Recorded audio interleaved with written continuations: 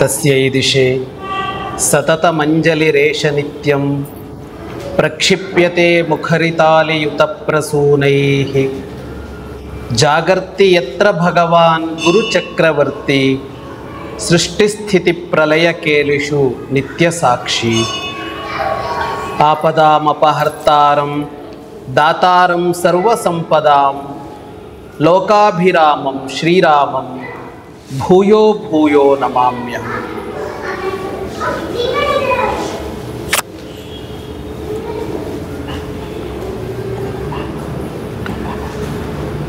ಭಾವರಾಮಾಯಣದ ಕುರಿತು ಕೆಲ ಹೊತ್ತು ಮಾತುಕತೆಗಳು.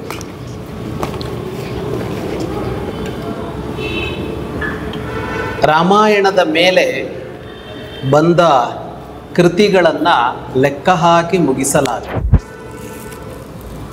ಕುಮಾರವ್ಯಾಸ ತಾನು ಯಾಕೆ ಮಹಾಭಾರತವನ್ನ ಇಟ್ಟುಕೊಂಡು ಕಾವ್ಯವನ್ನ ಬರೆಯೋದಕ್ಕೆ ಹೊರಟೆ ಅಂತ ಹೇಳುವಾಗ, ರಾಮಾಯಣದ ಭಾರದಲ್ಲಿ ಆದಿಶೇಷ ಕಷ್ಟಪಡ್ತಾ ಇದ್ದಾನೆ ಅನ್ನುವ ಮಾತನ್ನಾಡ್ತಾನೆ. ಭೂಮಂಡಲವನ್ನೇ ಹೊತ್ತವನು ಆದಿಶೇಷ. ಭೂಮಿಯ ಭಾರ, ಭೂಮಿಯ ಮೇಲೆ ಇರುವ ಎಲ್ಲದರ ಭಾರವನ್ನೂ ಹೊತ್ತಿದ್ದಾನೆ. ಆದರೆ ಆದಿಶೇಷನಿಗೆ ರಾಮಾಯಣದ ಭಾರವನ್ನ ಹೊರಲಿಕ್ಕೆ ಆಗ್ತಾ ಇಲ್ಲ ಅನ್ನುವ ಮಾತನ್ನ ಕುಮಾರವ್ಯಾಸ ಹೇಳ್ತಾನೆ. ಅಂದ್ರೆ ಆ ಪ್ರಮಾಣದಲ್ಲಿ ರಾಮಾಯಣವನ್ನ ಅವಲಂಬಿಸಿ, ಆಧರಿಸಿ, ಆಶ್ರಯಿಸಿ ಕೃತಿಗಳನ್ನ ಭಾರತದಲ್ಲಿ ಬರೆಯಲಾಗಿತ್ತು ಆ ಕಾಲದಲ್ಲಿ. ಕುಮಾರವ್ಯಾಸನ ನಂತರವೂ ಅದೆಷ್ಟೋ ಕೃತಿಗಳು ಹುಟ್ಟಿಕೊಂಡು ಬಂದಿವೆ, ಬರುತ್ತಲೂ ಇರುತ್ತವೆ. ಇದು ನಿಲ್ಲೋದೇ ಇಲ್ಲ ಅನ್ನೋ ತರಹ ನಡೀತಲೇ ಇರುತ್ತೆ. ಎಷ್ಟು ಕಾವ್ಯಗಳು ಬಂದವು, ಎಷ್ಟು ಗದ್ಯ ಕಾವ್ಯಗಳು ಬಂದವು, ಎಷ್ಟು ಪದ್ಯ ಕಾವ್ಯಗಳು ಬಂದವು, ಸಂಸ್ಕೃತದಲ್ಲಿ ಎಷ್ಟು ಬಂದವು, ಭಾರತದ ಬೇರೆ ಬೇರೆ ಭಾಷೆಗಳಲ್ಲಿ, ತೆಲುಗು, ತಮಿಳು, ಕನ್ನಡ, ಮಲಯಾಳಂ, ಹಿಂದಿ, ಅದಕ್ಕಿಂತ ಇದ್ದಂತಹ ಭಾಷೆಗಳಲ್ಲಿ ಪ್ರಾಕೃತ, ಅವಧಿ, ಮಾಗಧಿ ಇತ್ಯಾದಿ ಭಾಷೆಗಳಲ್ಲಿ ಬಂದಂಥದ್ದು. ಇದನ್ನ ದಾಟಿ ಜಗತ್ತಿನ ಬೇರೆ ಬೇರೆ ಭಾಷೆಗಳಲ್ಲಿ ಬಂದಂತಹ ರಾಮಾಯಣದ ಕುರಿತಾದ ಕೃತಿಗಳು ಬೇರೆ ಬೇರೆ ದೇಶಗಳಲ್ಲಿ, ಬೇರೆ ಬೇರೆ ಭಾಷೆಗಳಲ್ಲಿ ಬಂದಂಥದ್ದು. ಆಧುನಿಕ ಕಾಲ ಅಂತ ಬಂದ ಮೇಲೆ ಇಂಗ್ಲಿಷ್ ಮೊದಲಾದ ಭಾಷೆಗಳಲ್ಲಿ ಬಂದಂತಹ ರಾಮಾಯಣಗಳು, ಇವುಗಳನ್ನ ನೋಡಿದರೆ ಕುಮಾರವ್ಯಾಸ ಹೇಳಿದ ಮಾತು ಸತ್ಯ ಅಂತ ಅನ್ನಿಸುವಂತೆ ಇದೆ. ಅಷ್ಟು ಕೃತಿಗಳು ರಾಮಾಯಣವನ್ನ ಆಧರಿಸಿ ಬಂದಿವೆ. ಹಾಗಿರುವಾಗ ರಾಮಾಯಣವನ್ನ ಅವಲಂಬಿಸಿದ ಇನ್ನೊಂದು ಕೃತಿ ಭಾವರಾಮಾಯಣ. ಅದರ ಕುರಿತು ಮಾತನಾಡುವಾಗ ಇಷ್ಟಾರು ಕೃತಿಗಳಿರುವಾಗ ಮತ್ತೊಂದು ಕೃತಿ ಬೇಕಿತ್ತ ಅನ್ನುವ ಪ್ರಶ್ನೆಯೊಂದಿಗೆ ಆರಂಭ ಮಾಡಬೇಕಾಗುತ್ತೆ. ಒಂದು ಕೆಲಸವನ್ನ ಆರಂಭಿಸುವಾಗ ಅದಕ್ಕೊಂದು ಉದ್ದೇಶ ಇರಬೇಕು, ಅದಕ್ಕೊಂದು ಪರಿಣಾಮ ಇರಬೇಕು, ಫಲ ಇರಬೇಕು. ಅದಿಲ್ಲದ ಕೆಲಸವನ್ನ ಮಾಡಬಾರದು ಅಂತ. ರಾಮಾಯಣವೇ ಇದೆ. ರಾಮಾಯಣ ಅವಲಂಬಿಸಿದ ಸಾವಿರ ಕೃತಿಗಳಿವೆ. ಮತ್ತೊಂದು ಕೃತಿ ಯಾಕೆ ಬೇಕು ಅಂತ ಅಂದಾಗ, ಎಲ್ಲರೂ ಬರೆದಿರೋದ್ರಿಂದ ನಾನು ಒಂದು ರಾಮಾಯಣದ ಬಗ್ಗೆ ಬರಿತೇನೆ ಅಂತ ಹೊರಟು ಬರೆಯೋದಲ್ಲ ಅಂತ. ಹಾಗಾಗಿ ರಾಮಾಯಣದ ಮೇಲೆ ಕೃತಿಗಳು ಹುಟ್ಟುವಾಗೆಲ್ಲ ಬರುವ ಪ್ರಶ್ನೆ ಅದು, ಇರುವ ರಾಮಾಯಣವನ್ನೇ ಓದಬಹುದಲ್ಲ, ಅದನ್ನೇ ಇನ್ನು ಓದಿ ಮುಗಿದಿಲ್ವಲ್ಲ ಅಂತ. ಹಾಗಿದ್ದು ಕೃತಿಗಳು ಹುಟ್ಟುತ್ತಾ ಇವೆ. ಈ ಲಾಜಿಕ್ ಅನ್ನ ಇಟ್ಟುಕೊಂಡು ಕೃತಿಗಳು ಬರಬಾರದು ಅಂತ ಹೇಳೋದಕ್ಕೂ ಸಾಧ್ಯ ಇಲ್ಲ. ಯಾಕೆಂದ್ರೆ ಈ ದೇಶದಲ್ಲಿ ರಾಮಾಯಣವನ್ನ ಉಳಿಸಿದ ದೊಡ್ಡ ಕೀರ್ತಿ ಈ ಕೃತಿಗಳಿಗೆಲ್ಲ ಇದೆ. ಅದು ಕಲೆಯಾಗಿ ಅಥವಾ ಕೃತಿಯಾಗಿ ಇಷ್ಟು ರಾಮಾಯಣಗಳು ಬಂದಿದ್ದೇ ಮೂಲ ರಾಮಾಯಣವನ್ನ ಉಳಿಸಿತು ಅಂತ. ರೆಂಬೆ ಕೊಂಬೆಗಳು ವಿಸ್ತಾರವಾದಷ್ಟು ಬೇರು ಗಟ್ಟಿಯಾಗಿರುತ್ತೆ ಅಂತ ಹೇಳಬೇಕು ಅಂತ. ಬೇರು ಗಟ್ಟಿ ಇದ್ದಷ್ಟು ರೆಂಬೆ ಕೊಂಬೆಗಳು ಗಟ್ಟಿ ಅನ್ನೋದು ಒಂದು ವಿಷಯ ಆಯ್ತು. ಆದ್ರೆ ಮರ ಎಷ್ಟು ವಿಸ್ತಾರವಾಗಿ ಮೇಲಿರುತ್ತೋ ಅದು ಬೇರನ್ನ ಉಳಿಸತ್ತೆ ಅನ್ನುವ ಅಂಶವೂ ಇದೆ ಅಂತ. ರೆಂಬೆ ಕೊಂಬೆಗಳೆಲ್ಲ ಇಲ್ಲದಂತೆ ಆಗಿಬಿಟ್ಟರೂ ಮರ ಸಾಯುವ ಸಂಭವವೂ ಇದೆ ಅಂತ. ಹಾಗಾಗಿ ಮೂಲ ಗಟ್ಟಿ ಇದ್ದಷ್ಟು ವಿಸ್ತಾರ ಗಟ್ಟಿಯಾಗಿರುತ್ತೆ, ವಿಸ್ತಾರ ಗಟ್ಟಿಯಾಗಿದ್ದಷ್ಟು ಮೂಲ ದೃಢವಾಗಿರುತ್ತೆ ಅಂತ. ರಾಮಾಯಣವನ್ನ ಉಳಿಸಿದ ದೊಡ್ಡ ಕಾರ್ಯವನ್ನ ಈ ಎಲ್ಲ ಕೃತಿಗಳು ಮಾಡಿವೆ. ಹಾಗಾಗಿ ರಾಮಾಯಣದ ಬಗ್ಗೆ ಮತ್ತೊಂದು ಕೃತಿ ಹುಟ್ಟಿದ್ರೆ ಇತ್ತಲ್ಲ ಮತ್ಯಾಕೆ ಅಂತ ಪ್ರಶ್ನಿಸಬೇಕಾಗಿಲ್ಲ. ಒಂದೊಂದು ರಾಮಾಯಣ ಹುಟ್ಟುವಾಗಲೂ ಅದು ಒಂದೊಂದು ಭಾವವನ್ನ ಹೊತ್ತು ಹುಟ್ಟತ್ತೆ ಅನ್ನೋದನ್ನ ಗಮನಿಸಬೇಕು ಅಂತ. ವಾಲ್ಮೀಕಿ ರಾಮಾಯಣಕ್ಕಿಂತ ತುಳಸಿ ರಾಮಾಯಣ ಭಿನ್ನ, ವಾಲ್ಮೀಕಿ ರಾಮಾಯಣಕ್ಕಿಂತ ಕಂಬ ರಾಮಾಯಣ ಭಿನ್ನ, ವಾಲ್ಮೀಕಿ ರಾಮಾಯಣಕ್ಕಿಂತ ಕುವೆಂಪು ರಾಮಾಯಣ ಭಿನ್ನ. ಅದೇ ಕಥೆ, ಅದನ್ನೇ ಹೇಳಿದರು, ಅದನ್ನ ಬರೆದ ಕವಿ ಲೇಖಕ ತನ್ನ ಭಾವದೊಂದಿಗೆ ಅದರ ಜೊತೆಗೆ ಮಾತನಾಡ್ತಾನೆ. ತನ್ನ ಭಾವವನ್ನಿಟ್ಟೆ ಆ ಕೃತಿಯನ್ನ ರಚಿಸ್ತಾನೆ. ಹಾಗಾಗಿ ಒಂದು ಕೃತಿ ಅಂದ್ರೆ ಅದು ಲೇಖಕನ ಭಾವ ಅಂತಲೇ ಹೇಳಬೇಕು. ತುಳಸಿದಾಸರಿಗೆ ಕೃತಿಯನ್ನ ರಚಿಸುವಾಗ ಅವರ ಸ್ಥಾಯಿ ಭಾವದಂತೆ ಇದ್ದ ಭಕ್ತಿ ವಿಜೃಂಭಿಸಿತು. ಹಾಗಾಗಿ ತುಳಸಿ ರಾಮಾಯಣ ಅದೊಂದು ಭಕ್ತಿ ಕಾವ್ಯವಾಗಿ ಪರಿಣಮಿಸಿತು. ಇಡೀ ತುಳಸಿ ರಾಮಾಯಣ ಭಕ್ತಿಯ ಸ್ರೋತಸ್ಸಿನಲ್ಲಿ ಮುಳುಗಿ ಹೋಗಿದೆ ಅನ್ನುವ ತರಹದಲ್ಲಿ ಇದೆ. ಇಡೀ ಉತ್ತರ ಭಾರತ ತುಳಸಿ ರಾಮಾಯಣವನ್ನ ಆಧರಿಸುತ್ತಲ್ಲ. ಅದೇ ಕಂಬ ಬರೆಯುವಾಗ ಅವನ ಆಲೋಚನೆ ಬೇರೆ ಇತ್ತು. ಕುವೆಂಪು ರಾಮಾಯಣ ಬರೆಯುವಾಗ ಈ ಕಾಲದಲ್ಲಿ ನಿಂತು ಬೇರೆ ಬೇರೆ ತರಹದ ಸಂಬಂಧಗಳನ್ನ, ಬಂಧಗಳನ್ನ, ವ್ಯವಸ್ಥೆಗಳನ್ನ ಅವರು ನೋಡಿದ ಕ್ರಮ ಇತ್ತಲ್ಲ, ಅದಕ್ಕನುಗುಣವಾಗಿ ಆ ಕೃತಿಯಲ್ಲಿ ತಮ್ಮನ್ನ ತಾವು ತೊಡಗಿಸಿಕೊಂಡರು ಅಂತ. ಹಾಗಾಗಿ ಒಂದು ಕೃತಿ ರಾಮಾಯಣವನ್ನ ಆಧರಿಸಿಯೇ ಹುಟ್ಟಿದರು. ಅದು ಕವಿಯ, ಲೇಖಕನ ಭಾವವನ್ನ ಅನುಸರಿಸಿಕೊಂಡೇ ಇರುತ್ತೆ. ಇದು ಅನಿವಾರ್ಯ ಕೂಡ. ಒಂದು ಬರಹ ಅಂತ ಅಂದ್ರೆ ಅದು ಒಂದು ಪರಿಪಕ್ವವಾದ ಒಂದು ರೂಪ ಕೊಟ್ಟಿರುತ್ತೆ ಅದಕ್ಕೆ. ಒಬ್ಬ ಲೇಖಕ ಒಂದನ್ನ ಬರಿತಾನೆ ಅಂತ ಅಂದ್ರೆ ಆ ಲೇಖಕನ ಅನುಭವ, ಆ ಲೇಖಕನ ಅಧ್ಯಯನ, ಆ ಲೇಖಕನ ಕಿವಿಗೆ ಬಿದ್ದ ಶಬ್ದಗಳು, ಅಂದ್ರೆ ಅವನ ಕೇಳುವಿಕೆ, ಲೇಖಕ ಜಗತ್ತನ್ನ ನೋಡಿದ್ದು, ಅವನು ಅನುಭವಿಸಿದ್ದು, ಇಂಥವೆಲ್ಲ ಸೇರಿ ಒಂದು ಭಾವ ಸಿದ್ಧವಾಗಿರುತ್ತೆ ಲೇಖಕನಿಗೆ. ಅದು ಲೇಖಕನಿಗೆ ಅಂತಲ್ಲ, ಎಲ್ಲರಿಗೂ ಸಿದ್ಧವಾಗಿರುತ್ತೆ. ಪ್ರತಿ ವ್ಯಕ್ತಿಯೂ ಅವನು ಹೇಗೆ ಬೆಳೆದು ಬಂದನೋ, ಬೆಳೆಯುವಾಗ ಅವನು ಏನೆಲ್ಲ ಅನುಭವಿಸಿದನೋ, ಏನೆಲ್ಲ ಒಳಗೆ ಸ್ವೀಕರಿಸ್ತಾ ಹೋದನೋ, ಅದರಿಂದಾಗಿ ಅವನೊಳಗೊಂದು ರೂಪ ಆಗಿರುತ್ತೆ ಅಂತ. ಅಂದ್ರೆ ಒಂದು ಪದಾರ್ಥ ಮಾಡುವಾಗ, ಒಂದು ಆಹಾರ ಪದಾರ್ಥ ಮಾಡುವಾಗ ಯಾವೆಲ್ಲ ಪದಾರ್ಥಗಳನ್ನು ಹಾಕಿ ನಾವು ಅದಕ್ಕೆ ಪಾಕ ಬರೆಸ್ತೀವೋ ಅದೊಂದು ಬೇರೆ ರೂಪ ತಗೊಳುತ್ತೆ ಅಂತ. ಅದೇ ರವೆ, ಅದೇ ಉಪ್ಪಿಟ್ಟು ಆಗತ್ತೆ, ಅದೇ ಕೇಸರಿ ಬಾತು ಆಗತ್ತೆ, ಅದೇ ರವೆ ಅಂತ. ಅದಕ್ಕೆ ಇನ್ನೇನನ್ನ ಸೇರಿಸಿದ್ವಿ, ಅದನ್ನ ಎಷ್ಟು ಕುದಿಸಿದ್ವಿ, ಅದನ್ನ ಎಷ್ಟು ಬೇಯಿಸಿದ್ವಿ, ಅದನ್ನೆಷ್ಟು ಹುರಿದ್ವಿ. ಹುರಿದಾಗ ಬೇರೆ ರುಚಿ, ಕುದಿಸಿದಾಗ ಬೇರೆ ರುಚಿ, ಬೇಯಿಸಿದಾಗ ಬೇರೆ ರುಚಿ, ಬಿಸಿಲಲ್ಲಿ ಒಣಗಿಸಿದಾಗ ಬೇರೆ ರುಚಿ. ಅಂದ್ರೆ ಒಂದು ಪದಾರ್ಥದ ಮೇಲೆ ಯಾವೆಲ್ಲ ಪರಿಣಾಮಗಳು ಆಗ್ತವೋ ಅದರ ಮೇಲೆ ಅದಕ್ಕೊಂದು ಪಕ್ವತೆ ಬರುತ್ತೆ, ಅದೊಂದು ಪಾಕ ಆಗತ್ತೆ, ಬೇರೆ ರೂಪ ಪಡೆದುಕೊಳ್ಳುತ್ತೆ. ಒಂದೇ ಹಣ್ಣಿನ ಬೀಜವನ್ನ ಎರಡು ಬೇರೆ ಬೇರೆ ಭೂಮಿಗಳಲ್ಲಿ ತೆಗೆದುಕೊಂಡು ಹೋಗಿ ನೆಟ್ರೆ ಬರುವ ಹಣ್ಣಿನ ರುಚಿಯಲ್ಲಿ ಬದಲಾವಣೆ ಇರುತ್ತೆ. ಅಂದ್ರೆ ಪಾಕವಾಗುವಾಗ ಪ್ರಕೃತಿ ಕೆಲಸ ಮಾಡುತ್ತೆ, ಪರಿಸರ ಕೆಲಸ ಮಾಡುತ್ತೆ. ಹಾಗಾಗಿ ಪ್ರತಿ ಮನುಷ್ಯನು ಒಂದೇ ಪ್ರದೇಶದಲ್ಲಿ ಹುಟ್ಟಿ ಒಂದೇ ಅವನ ದೇಹದಲ್ಲಿರೋದು ಒಂದೇ ರಕ್ತ, ಒಂದೇ ಮಾಂಸ, ಒಂದೇ ಅಸ್ಥಿ, ಒಂದೇ ಮಜ್ಜೆ ಅಂತೆಲ್ಲ ನಾವು ಅಂದುಕೊಂಡ್ರು ಒಬ್ಬ ವ್ಯಕ್ತಿಗಿಂತ ಇನ್ನೊಬ್ಬ ವ್ಯಕ್ತಿ ಭಿನ್ನವಾಗಿಯೇ ಇರ್ತಾನೆ. ಅದಕ್ಕೆ ಇವೆಲ್ಲ ಕಾರಣವಾಗತ್ತೆ ಅಂತ. ಹಾಗಾಗಿ ವ್ಯಕ್ತಿಗಳು ಭಿನ್ನವಾದಂತೆ ಅವರು ಭಾವಿಸುವ ವಿಧಾನ ಭಿನ್ನ ಆಗುತ್ತೆ. ವ್ಯಕ್ತಿಗಳು ಭಿನ್ನ ಆಗೋದು ಅಂದ್ರೆ ಕಣ್ಣೇ ನೋಡತ್ತೆ. ನಾನು ಕಣ್ಣಿನಲ್ಲಿ ನೋಡಿದ್ದನ್ನ ಇನ್ನೊಬ್ಬ ಕಿವಿಯಲ್ಲಿ ನೋಡೋದಿಲ್ಲ, ನೋಡೋದು ಕಣ್ಣೇ. ಆದರೆ ನೋಡಿದಾಗ ಆಗುವ ಗ್ರಹಿಕೆ ಇದೆಯಲ್ಲ, ನಾನದನ್ನ ಹೇಗೆ ನೋಡ್ತೇನೆ ಅನ್ನೋದಿದೆಯಲ್ಲ, ಅದು ಬದಲಾಗುತ್ತೆ. ದೃಷ್ಟಿಕೋನ ಬದಲಾಗತ್ತೆ. ದೃಷ್ಟಿ ಅದೇ. ಈ ದೃಷ್ಟಿಕೋನ ಬದಲಾದಾಗ ದೃಷ್ಟಿಕೋನದಂತೆ ನನ್ನೊಳಗೆ ವಿಷಯ ಹೋಗಿದೆ, ನಾನದನ್ನ ಮತ್ತೆ ಇಡುವಾಗ ನನ್ನ ದೃಷ್ಟಿಕೋನವನ್ನ ಬೆರೆಸಿಯೇ ಇಡ್ತೇನೆ ಅದನ್ನ.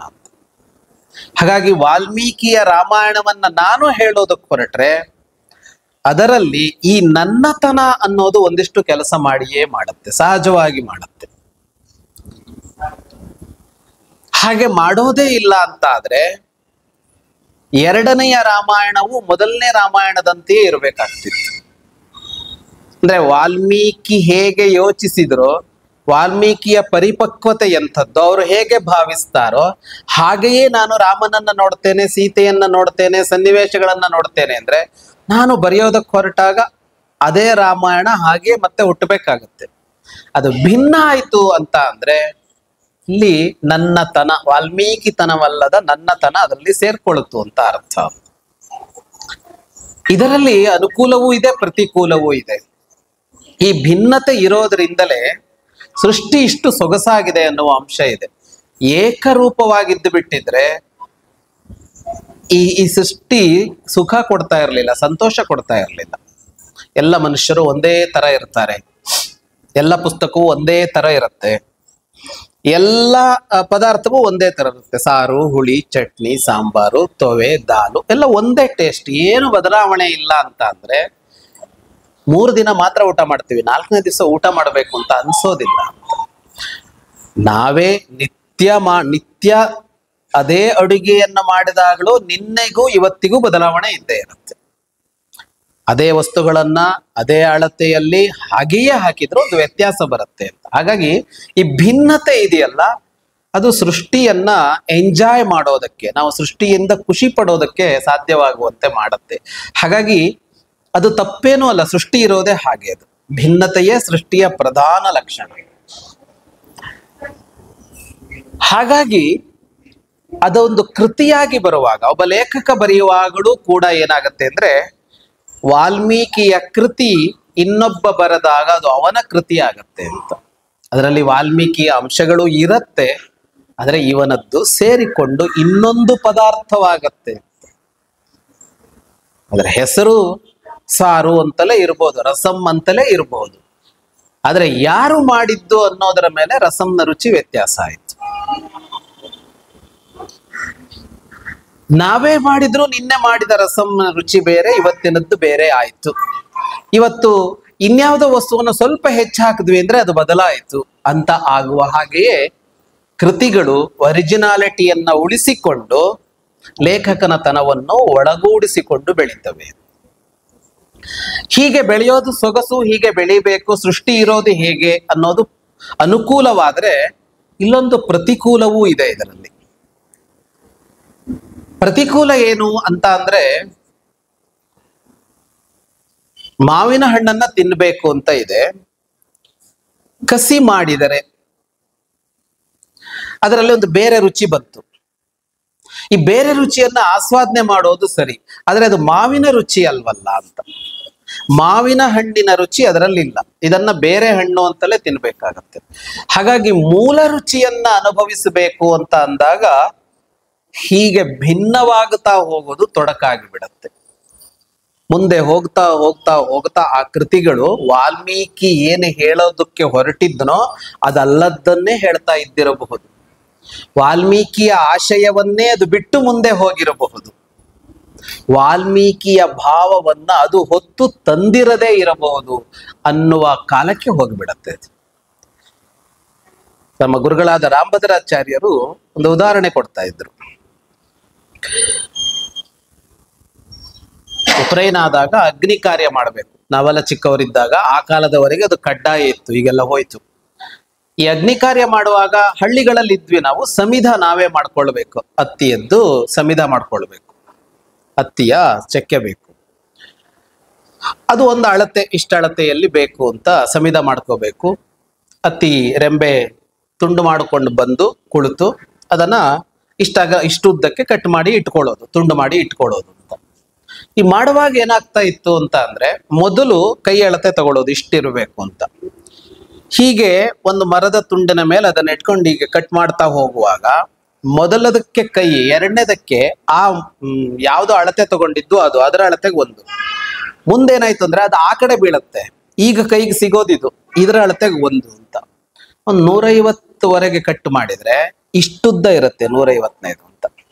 ಯಾಕೆಂದ್ರೆ ಒಂದಕ್ಕಿಂತ ಒಂದು ಬಹಳ ಸಣ್ಣ ವ್ಯತ್ಯಾಸದಲ್ಲಿ ಉದ್ದ ಆಗ್ತಾ ಹೋಗುತ್ತೆ. 1 ಸೆಂಟಿಮೀಟರ್ 1 ಇಂಚು ದೊಡ್ಡ ಆಯ್ತು, ಅದಕ್ಕಿಂತ ಮುಂದಿನದಷ್ಟೇ ದೊಡ್ಡ ಆಯ್ತು. ಆದ್ರೆ ಕೊನೆಗೆ ಬಂದು ನಿಲ್ಲುವಾಗ ಇಷ್ಟಿದ್ದಿದ್ದು ಇಷ್ಟಾಗಿ ಬಿಡುತ್ತೆ. ಹೀಗೆ ಬೆಳೀತಾ ಹೋಗುವಾಗ ಮೂಲ ಯಾವುದೋ ಆಗಿ ಮುಂದೆ ಮುಂದುವರೆದು ಕೈಗೆ ಸಿಕ್ಕಿದ್ದು ಇನ್ನೇನೋ ಆಗಿ ಬಿಡಬಹುದು ಅಂತ. ಹಾಗೆ ಆದಾಗ ಮತ್ತೊಮ್ಮೆ ಮೂಲದ ಆಶಯ ಏನು, ಮೂಲದ ಭಾವ ಏನು ಅಂತ ನೋಡ್ಬೇಕಾಗತ್ತೆ. ಮೂಲದ ಭಾವವನ್ನಿಟ್ಟುಕೊಂಡು ಕೃತಿಯನ್ನ ನೋಡ್ಬೇಕಾಗಿ ಬರುತ್ತೆ. ಇಲ್ಲದೆ ಇದ್ರೆ ಮೂಲ ಕಳೆದು ಹೋಗಿಬಿಡತ್ತೆ. ಮೂಲ ಅಂದ್ರೆ ಬೇರು, ಉಳಿದದ್ದು ವಿಸ್ತಾರ, ರೆಂಬೆ ಕೊಂಬೆಗಳು, ಎಲೆ, ಹಣ್ಣು, ಕಾಯಿ. ಆದ್ರೆ ಬೇರೆ ಕೆಟ್ಟರೆ ಮರ ಉಳಿಯೋದಕ್ಕೆ ಸಾಧ್ಯವೇ ಇಲ್ಲ. ಬೇರು ಉಳಿಲೇಬೇಕು ಅಂತ. ಹಾಗೆ ಬೇರನ್ನ ಉಳಿಸಬೇಕು ಅಂದ್ರೆ ಬೇರಿನೆಡೆಗೆ ಒಂದು ಲಕ್ಷ್ಯ ಹಾಕಬೇಕಾಗತ್ತೆ. ಕಸಿ ನಡುವೆ ಮಾಡ್ತೀವಿ, ಅಲ್ಲಿಂದ ಮುಂದೆ ಬದಲಾಯಿತು ಅದು. ಆದ್ರೆ ಬೇರು ಯಾವುದರದ್ದಾಗಿತ್ತು ಅಂತ ನೋಡಿದಾಗ ಕಸಿಯೋ ಬಂದಳಿಕೆಯೋ ಬಂದು ಮರ ಬೇರೆಯದ್ದೇ ಮರ ಅಂತ ಕಾಣುವಾಗ ಬೇರಿನ ಮೇಲೆ ಕೆಲಸ ಮಾಡಿದ್ರೆ, ಬೇರನ್ನ ಇಟ್ಟುಕೊಂಡು ಬೇರಿನಲ್ಲಿರುವ ಗುಣಧರ್ಮ ಯಾವುದು, ಏನೆಲ್ಲ ಇದೆ ಅಂತ ನೋಡಿ, ಅದರ ವಾಸನೆ ಯಾವುದು, ಅದರ ರುಚಿ ಯಾವುದು, ಅದರ ಆಕಾರ ಯಾವುದು ಅಂತ ಬೇರನ್ನ ಇಟ್ಟುಕೊಂಡು ಒಮ್ಮೆ ವಿಮರ್ಶೆ ಮಾಡಿದ್ರೆ, ಅವಲೋಕಿಸಿದ್ರೆ ಮೂಲ ಕೈಗೆ ಸಿಗತ್ತೆ. ಭಾವರಾಮಾಯಣ ಹುಟ್ಟಿದ್ದು ಈ ಕಾರಣಕ್ಕಾಗಿ. ಪರಮಪೂಜ್ಯ ಶ್ರೀ ರಾಘವೇಶ್ವರ ಭಾರತಿ ಮಹಾಸ್ವಾಮಿಗಳವರು ರಾಮಾಯಣವನ್ನ ಮತ್ತೊಮ್ಮೆ ಬರೆಯೋದಕ್ಕೆ ಹೊರಟು ಅದಕ್ಕೆ ಭಾವರಾಮಾಯಣ ಅಂತ ಹೆಸರಿಟ್ಟ ಹಿನ್ನೆಲೆಯಲ್ಲಿ ಇಷ್ಟೆಲ್ಲ ಅಂಶಗಳಿವೆ ಅಂತ. ವಾಲ್ಮೀಕಿಯ ಭಾವ ಯಾವುದು ಅಂತ ಹೇಳೋದಕ್ಕೆ ಹೊರಟದ್ದು ಭಾವರಾಮಾಯಣ. ವಾಲ್ಮೀಕಿ ಭಾವ ರಾಮಾಯಣ ಅಂತಲೇ ಹೆಸರು ಅದಕ್ಕೆ. ವಾಲ್ಮೀಕಿ ಅಂತ ಕಾಣಿಸಿಕೊಳ್ತಾ ಇಲ್ಲ ಅಂತ, ಯಾಕೆಂದ್ರೆ ನಮ್ಮ ಭಾವ ಅಲ್ಲ ಅಲ್ಲಿರೋದು. ಅಲ್ಲಿರೋದು ಋಷಿ ಭಾವ ಇದೆ ಅಂತ. ಋಷಿ ಏನನ್ನ ಭಾವಿಸಿದ್ದ, ಋಷಿ ಏನನ್ನ ಪರಿಭಾವಿಸಿದ್ದ ಅನ್ನೋದನ್ನ ಇಟ್ಟುಕೊಂಡಾಗ ಇಂಥದ್ದೊಂದು ಕೃತಿ ಹುಟ್ಟೋದಕ್ಕೆ ಸಾಧ್ಯ ಆಗತ್ತೆ. ಹೀಗೆ ರಾಮಾಯಣಗಳ ಹರಿವು ಇದ್ದಾಗ ಹೀಗೆ ಹುಟ್ಟಿದ ಈ ಕೃತಿ 2 ಅಂಶಗಳನ್ನ ಒಳಗೊಂಡಂತಹ ಕೃತಿ ಇದು. ಇದು ಯಾಕೆ ವಿಶಿಷ್ಟ ವಿಭಿನ್ನ ಅಂತ ನಾನು ಹೇಳ್ತಾ ಇದ್ದೀನಿ ಅಂದ್ರೆ, ಅಭಿಮಾನಕ್ಕೋ ಪ್ರೀತಿಗೋ ಇನ್ಯಾವುದೋ ಕಾರಣಕ್ಕೋ ಈ ಟೈಟಲ್ ನಲ್ಲಿ ಈ ಕೃತಿಯ ಕುರಿತು ಮಾತನಾಡ್ತಾ ಇಲ್ಲ. ಭಾವರಾಮಾಯಣ ಬರ್ತಾ 1 ವರ್ಷ ಆಯ್ತು, ಧರ್ಮ ಭಾರತಿಯಲ್ಲಿ ಧಾರಾವಾಹಿಯಾಗಿ ಬರ್ತಾ 1 ವರ್ಷ ಆಯ್ತು. 12ನೇ ಭಾವರಾಮಾಯಣದ ಸಂಚಿಕೆ ಬರೆದಾಯ್ತು, ಸಂಪಾದಕರುಗಳ ಕೈಗೆ ಸಿಕ್ಕಿಯಾಗಿದೆ, ಮುಂದುವರಿಬೇಕಷ್ಟೆ. ಅಂದ್ರೆ 1 ವರ್ಷ ಆಯ್ತು. 1 ವರ್ಷ ಆದ ಸಮಯದಲ್ಲಿ ಅದರ ಕುರಿತು ಒಂದು ಮಾತನಾಡೋದಕ್ಕೆ ಹೊರಟಿದ್ದು ಅದರಲ್ಲಿರುವ ವಿಭಿನ್ನತೆಯನ್ನ ಗಮನಿಸಿ ಅಂತ. 2 ಅಂಶ ಯಾವುದನ್ನ ಹೊತ್ತು ತರ್ತಾ ಇದೆ ಇದು ಅಂತ ಅಂದ್ರೆ, ಈ ಕೃತಿಗಳನ್ನ ಇನ್ನೊಂದು ಕಾವ್ಯವಾಗಿ ಇನ್ನೊಂದು ಕೃತಿಯಾಗಿ ಬರೆಯೋದು ಒಂದು ಕ್ರಮ.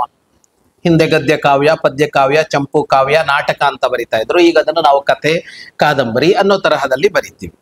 ಅದನ್ನ ಹೀಗೆ ಸಾಹಿತ್ಯ ಕೃತಿಯಾಗಿಸೋದು ಒಂದು. ಇನ್ನೊಂದು ಆ ಕೃತಿಯ ಅರ್ಥವನ್ನ ವಿವರಿಸೋದು, ಅದಕ್ಕೆ ವ್ಯಾಖ್ಯಾನ ಅಂತ ಹೆಸರು. ಅಂದ್ರೆ ಅಲ್ಲಿ ಇರುವ ಶಬ್ದಗಳನ್ನ ಇಟ್ಕೊಂಡು ಅದು ಏನ್ ಹೇಳ್ತಾ ಇದೆ ಅನ್ನೋದನ್ನ ಇವತ್ತಿನ ಭಾಷೆಯಲ್ಲಿ ಹೇಳೋದು ವ್ಯಾಖ್ಯಾನ ಅಂದ್ರೆ. ಪಂಪನೋ ರನ್ನನೋ ಅವರು ಬರೆದಿದ್ದ ಅರ್ಥ ಆಗೋದಿಲ್ಲ ನಮ್ಗೆ ಇವತ್ತು. ಹಾಗಾಗಿ ಹಳಗನ್ನಡ ಕಾವ್ಯಗಳನ್ನ ಓದುವುದು ಹೇಗೆ ಅಂದ್ರೆ, ಒಂದೋ ಅದನ್ನೇ ಮತ್ತೊಂದು ಕೃತಿಯಾಗಿಸಬೇಕು ಓದಿಸೋದಿಕ್ಕೆ, ಇಲ್ಲ ಅದನ್ನ ಇಟ್ಟುಕೊಂಡು ಇವತ್ತಿನ ಕನ್ನಡದಲ್ಲಿ ಅದನ್ನ ಅರ್ಥ ಬರಿಬೇಕು. ಅದಕ್ಕೆ ಇವತ್ತಿನ ಕನ್ನಡ, ಅದು ಕನ್ನಡವೇ, ಕೆಳಗಡೆ ಇರುವುದು ಕನ್ನಡವೇ. ಅಂದ್ರೆ ಒಂದು ಭಾಷೆಯಲ್ಲಿರೋದನ್ನ ಇನ್ನೊಂದು ಭಾಷೆಯಲ್ಲಿ ಅರ್ಥ ಬರೆದಿದ್ದಲ್ಲ, ಅದೇ ಭಾಷೆಯಲ್ಲಿರೋದನ್ನ ಅದೇ ಭಾಷೆಯಲ್ಲಿ ಅರ್ಥ ಬರೆದಿದ್ದು ಅಂತ. ಇದೀಗಲ್ಲ, ಹಳೆ ಕಾಲದಿಂದ ಇದೆ ಈ ಅಭ್ಯಾಸ. ಈಗೆಲ್ಲ ಕಾಲ ಕೆಟ್ಟೋಯ್ತು, ನಾವೆಲ್ಲ ಭಾಷೆ ಹಾಳು ಮಾಡ್ಕೊಂಡು ಬಿಟ್ಟಿದೀವಿ, ಹಾಗಾಗಿ ನಮಗೆ ಹಳಗನ್ನಡ ನಡುಗನ್ನಡಗಳೆಲ್ಲ ಅರ್ಥ ಆಗೋದಿಲ್ಲ ಅಂತೆಲ್ಲ ಭಾವಿಸ್ಬೇಕಾಗಿಲ್ಲ.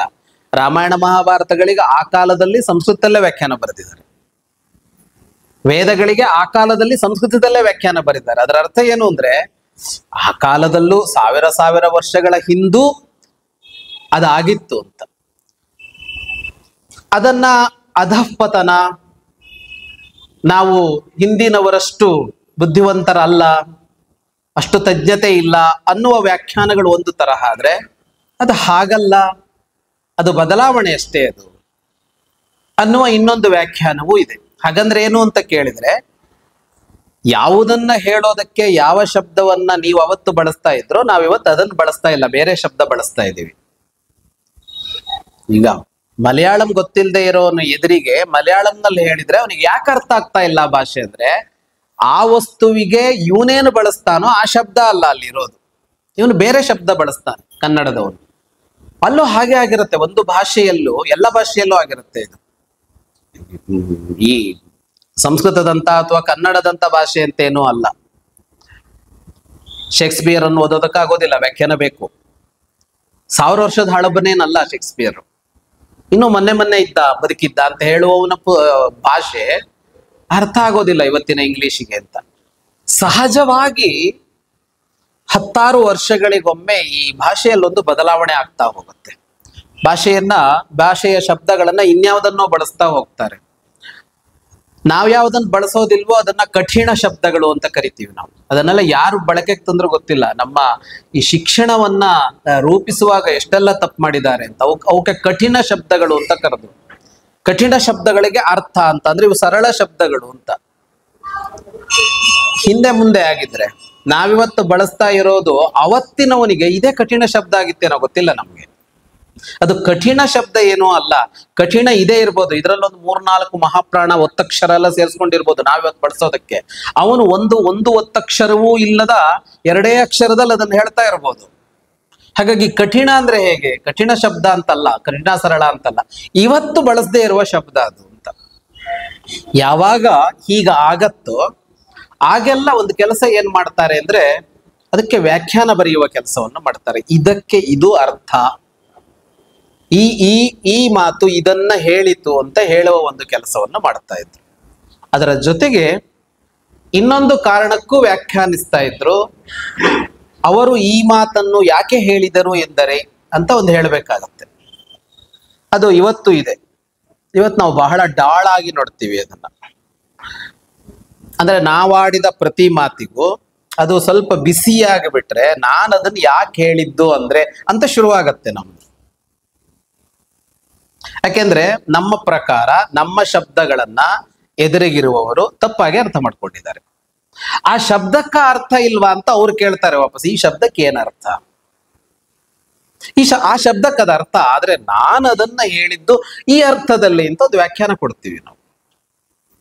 ನಿತ್ಯ ಮಾಡ್ತೀವಿ ಇದನ್ನ, ನಿತ್ಯವೂ ನಡೆಯುತ್ತೆ. ಗಂಡ ಹೆಂಡತಿ ನಡುವೆ ನಡೆಯುತ್ತೆ, ಅಪ್ಪ ಮಕ್ಕಳು ಮಧ್ಯೆ ನಡೆಯುತ್ತೆ, ಬಾಸು ಅಸಿಸ್ಟೆಂಟ್ ನಡುವೆ ನಡೆಯುತ್ತೆ, ಗ್ರಾಹಕ ಮತ್ತು ಇವ್ರ ಜೊತೆಗೆ ನಡೀತಾನೆ ಇರುತ್ತೆ. ಹೊರಗಡೆ ಅಂತೂ ಸೋಷಿಯಲ್ ಮೀಡಿಯಾದಲ್ಲಿ ಇದು ಡೈಲಿ ನಡೆಯೋದೇ ಪ್ರೋಗ್ರಾಮು, ಮೀಡಿಯಾದಲ್ಲೂ ಇದೇ ನಡೆಯುತ್ತೆ. ರಾಜಕಾರಣಿಗಳಂತೂ ವ್ಯಾಖ್ಯಾನವನ್ನ ಮಾಡ್ತಲೇ ಇರ್ತಾರೆ ನಿತ್ಯ. ಇದೊಂದು ಸಮಸ್ಯೆ ಏನು ಅಂತ ಅಂದ್ರೆ, ಈ ಶಬ್ದಗಳು ಯಾವ ಅರ್ಥದಲ್ಲಿ ಹೇಳಲ್ಪಟ್ಟವು ಅನ್ನೋದು ಅರ್ಥ ಮಾಡ್ಕೊಳ್ಳೋದು ಕಷ್ಟವೇ ಹೌದು. ಯಾಕೆಂದ್ರೆ ಶಬ್ದವನ್ನ ವಾಕ್ಯವನ್ನ ಯಾವ ಭಾವದಲ್ಲೂ ಹೇಳ್ಬಹುದು, ಯಾವ ಭಾವದಲ್ಲೂ ಹೇಳ್ಬಹುದು. ಮಾಡು ಅಂತ ಇದೆ, ಮಾಡು ಅಂತ ಇದೆ. ನೀವು ಎರಡಕ್ಕೆ ಏನರ್ಥ ಅಂತ, ಮಾಡು ಅಂದ್ರೆ ಮಾಡಬೇಕು, ಮಾಡು ಅಂದ್ರೆ ಮಾಡಬೇಡ ಅಂತ ಹೇಳ್ತಾ ಇದೆ. ಅಂದ್ರೆ ಮಾಡು ಅನ್ನುವ ಶಬ್ದ 2 ಧ್ವನಿಯಲ್ಲಿ ಹೊರಬೀಳ್ತಾ ಇದೆ. ಹೇಳುವಾಗ ಅರ್ಥೈಸಬಹುದು ಧ್ವನಿಯ ಏರಿಳಿತದಿಂದ, ಬರೆಯುವಾಗ ತುಂಬಾ ಜಗಳ ಆಗೋದು ವಾಟ್ಸಪ್ ಬಂದ್ಮೇಲೆ. ಆ ಮೆಸೇಜ್ ಏನು ಅಂತ ಗೊತ್ತಾಗಲ್ವಲ್ಲ, ಅದಕ್ಕೆ ವ್ಯಾಪಕವಾಗಿ ಅದ್ರ ಪಕ್ಕದಲ್ಲಿ ಒಂದು ಸಿಂಬಲ್ ಹಾಕ್ತಾರೆ. ಬೈಬೇಕಾಗಿರೋ ಮಾತನ್ನೇ ಬರೆದು ಒಂದು ನಗುವಿನ ಇಮೋಜಿ ಹಾಕ್ಬಿಟ್ರೆ ಹಂಗಲ್ಲ ಅಂತ ಒಂದು ಅರ್ಥ ಮಾಡ್ಕೊಳ್ಳಿ ಅಂತ. ಹೀಗಾಗಿ ಎಲ್ಲ ಮಾತುಗಳು ಯಾಕೆ ಹುಟ್ಟಿತು ಅಂತ ಹೇಳ್ಬೇಕಾಗತ್ತೆ. ವ್ಯಾಖ್ಯಾನ ಆ ಕೆಲಸವನ್ನು ಮಾಡ್ಕೊಂಡು ಬಂತು, ವ್ಯಾಖ್ಯಾನ ಮಾಡುವವರು ಅದನ್ನು ಮಾಡ್ತಾ ಇದ್ರು. ಇದನ್ನ ಯಾಕೆ ಹೇಳಿದ್ರು, ಈ ಮಾತನ್ನ ಯಾಕೆ ಬಳಸಬೇಕಾಯ್ತು, ಇದೇ ಶಬ್ದವನ್ನ ಈ ಸಂದರ್ಭದಲ್ಲಿ ಹೇಳುವ ಔಚಿತ್ಯ ಏನು ಅಂತೆಲ್ಲ ವ್ಯಾಖ್ಯಾನಿಸ್ತಾ ಇದ್ರು ಅಂತ. ಅಂದ್ರೆ ಎರಡು ತರಹದಲ್ಲಿ, ಒಂದು ಮೂಲ ಕೃತಿಯನ್ನ ಇಟ್ಟುಕೊಂಡು ಎರಡು ತರಹದಲ್ಲಿ ಕೃತಿಗಳು ಹುಟ್ಟುತ್ತವೆ ಅಂತ. ಒಂದು, ಆ ಕೃತಿಯನ್ನ ಇಟ್ಟುಕೊಂಡು ಲೇಖಕ ತನ್ನ ಭಾವವನ್ನ ಸೇರಿಸಿಕೊಂಡು ತನ್ನ ಪ್ರತಿಭೆಯನ್ನ ಸೇರಿಸಿಕೊಂಡು ಇನ್ನೊಂದು ಕೃತಿಯನ್ನಾಗಿಸಿ ಕೊಡ್ತಾನೆ ಅನ್ನೋದು ಒಂದು. ಇನ್ನೊಂದು, ಅಲ್ಲಿರುವ ಶಬ್ದಗಳನ್ನ ಇಟ್ಟುಕೊಂಡು ಈ ಶಬ್ದ ಯಾಕೆ ಬಂತು, ಈ ವಾಕ್ಯ ಯಾಕೆ ಬಂತು ಅಂತ ಹೇಳುವ ವ್ಯಾಖ್ಯಾನ. ಇಷ್ಟೆಲ್ಲ ಉದ್ದ ಕಥೆ ಯಾಕೆ ಹೊರಗೆ ಹೋಗಿ ಅಂದ್ರೆ, ಭಾವರಾಮಾಯಣ ಇದೆರಡರಲ್ಲಿ ಯಾವ ಕೆಟಗರಿಗೆ ಸೇರುತ್ತೆ ಅಂತ ಹೇಳಬೇಕಾಗಿದೆ. ಅಂದ್ರೆ ಭಾವರಾಮಾಯಣ ಒಂದು ಸ್ವತಂತ್ರ ಕೃತಿಯ ಅಥವಾ ಭಾವರಾಮಾಯಣ ವಾಲ್ಮೀಕಿ ರಾಮಾಯಣದ ವ್ಯಾಖ್ಯಾನವ ಅಂತ. ಈ ಮಾತನ್ನು ಬಹಳ ಬುದ್ಧಿಪೂರ್ವಕವಾಗಿ ನಾನು ಎತ್ತಿ ಆಡ್ತಾ ಇದ್ದೇನೆ. ಭಾವರಾಮಾಯಣ ಸ್ವತಂತ್ರ ಕೃತಿ, ಅದರಲ್ಲಿ ಯಾವ ಅನುಮಾನವೂ ಇಲ್ಲ.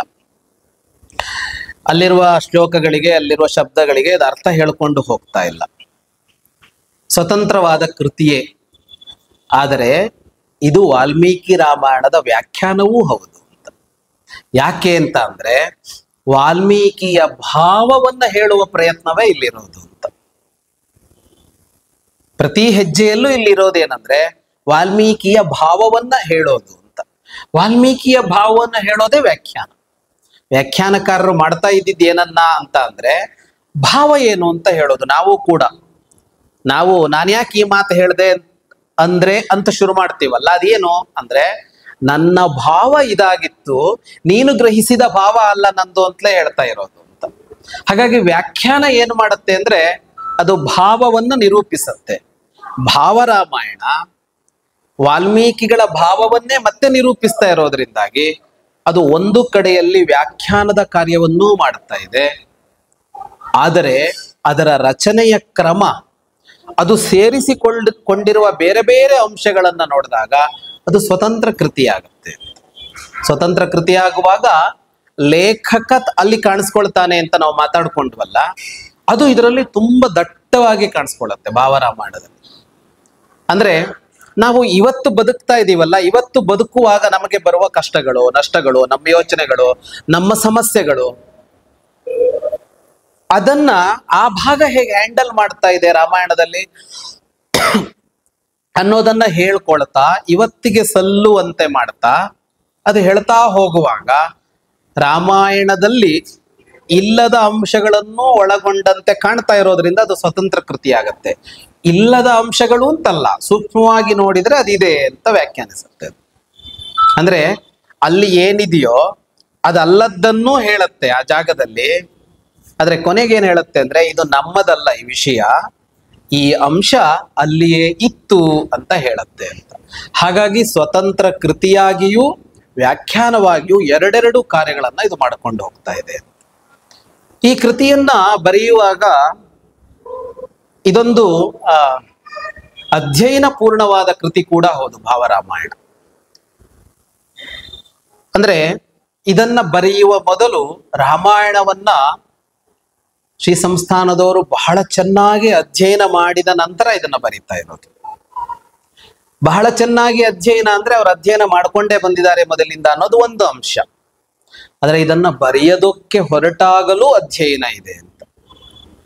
ರಾಮಾಯಣದ ಪ್ರಾಚೀನ ವ್ಯಾಖ್ಯಾನಕಾರರು ಇದನ್ನ ಹೇಗೆ ಹೇಳಿದ್ದಾರೆ, ರಾಮಾಯಣದ ಬೇರೆ ಬೇರೆ ಕೃತಿಕಾರರು ಇದನ್ನ ಹೇಗೆ ಹೇಳಿದ್ದಾರೆ, ಅಥವಾ ಇತ್ತೀಚಿನ ದಿನದವರೆಗೆ ರಂಗನಾಥ ಶರ್ಮರಂತವರು ಇತ್ತೀಚಿನ ಶತಮಾನದಲ್ಲಿ ರಾಮಾಯಣವನ್ನ ಕನ್ನಡಕ್ಕೆ ಅನುವಾದಿಸಿದ್ರಲ್ಲ, ಅವರು ಇದನ್ನ ಏನು ಹೇಳ್ತಾರೆ ಅನ್ನುವ ತರಹದಲ್ಲಿ ಎಲ್ಲ ಗ್ರಂಥಗಳ ಅಧ್ಯಯನವೂ ಇದರ ಹಿನ್ನೆಲೆಯಲ್ಲಿದೆ.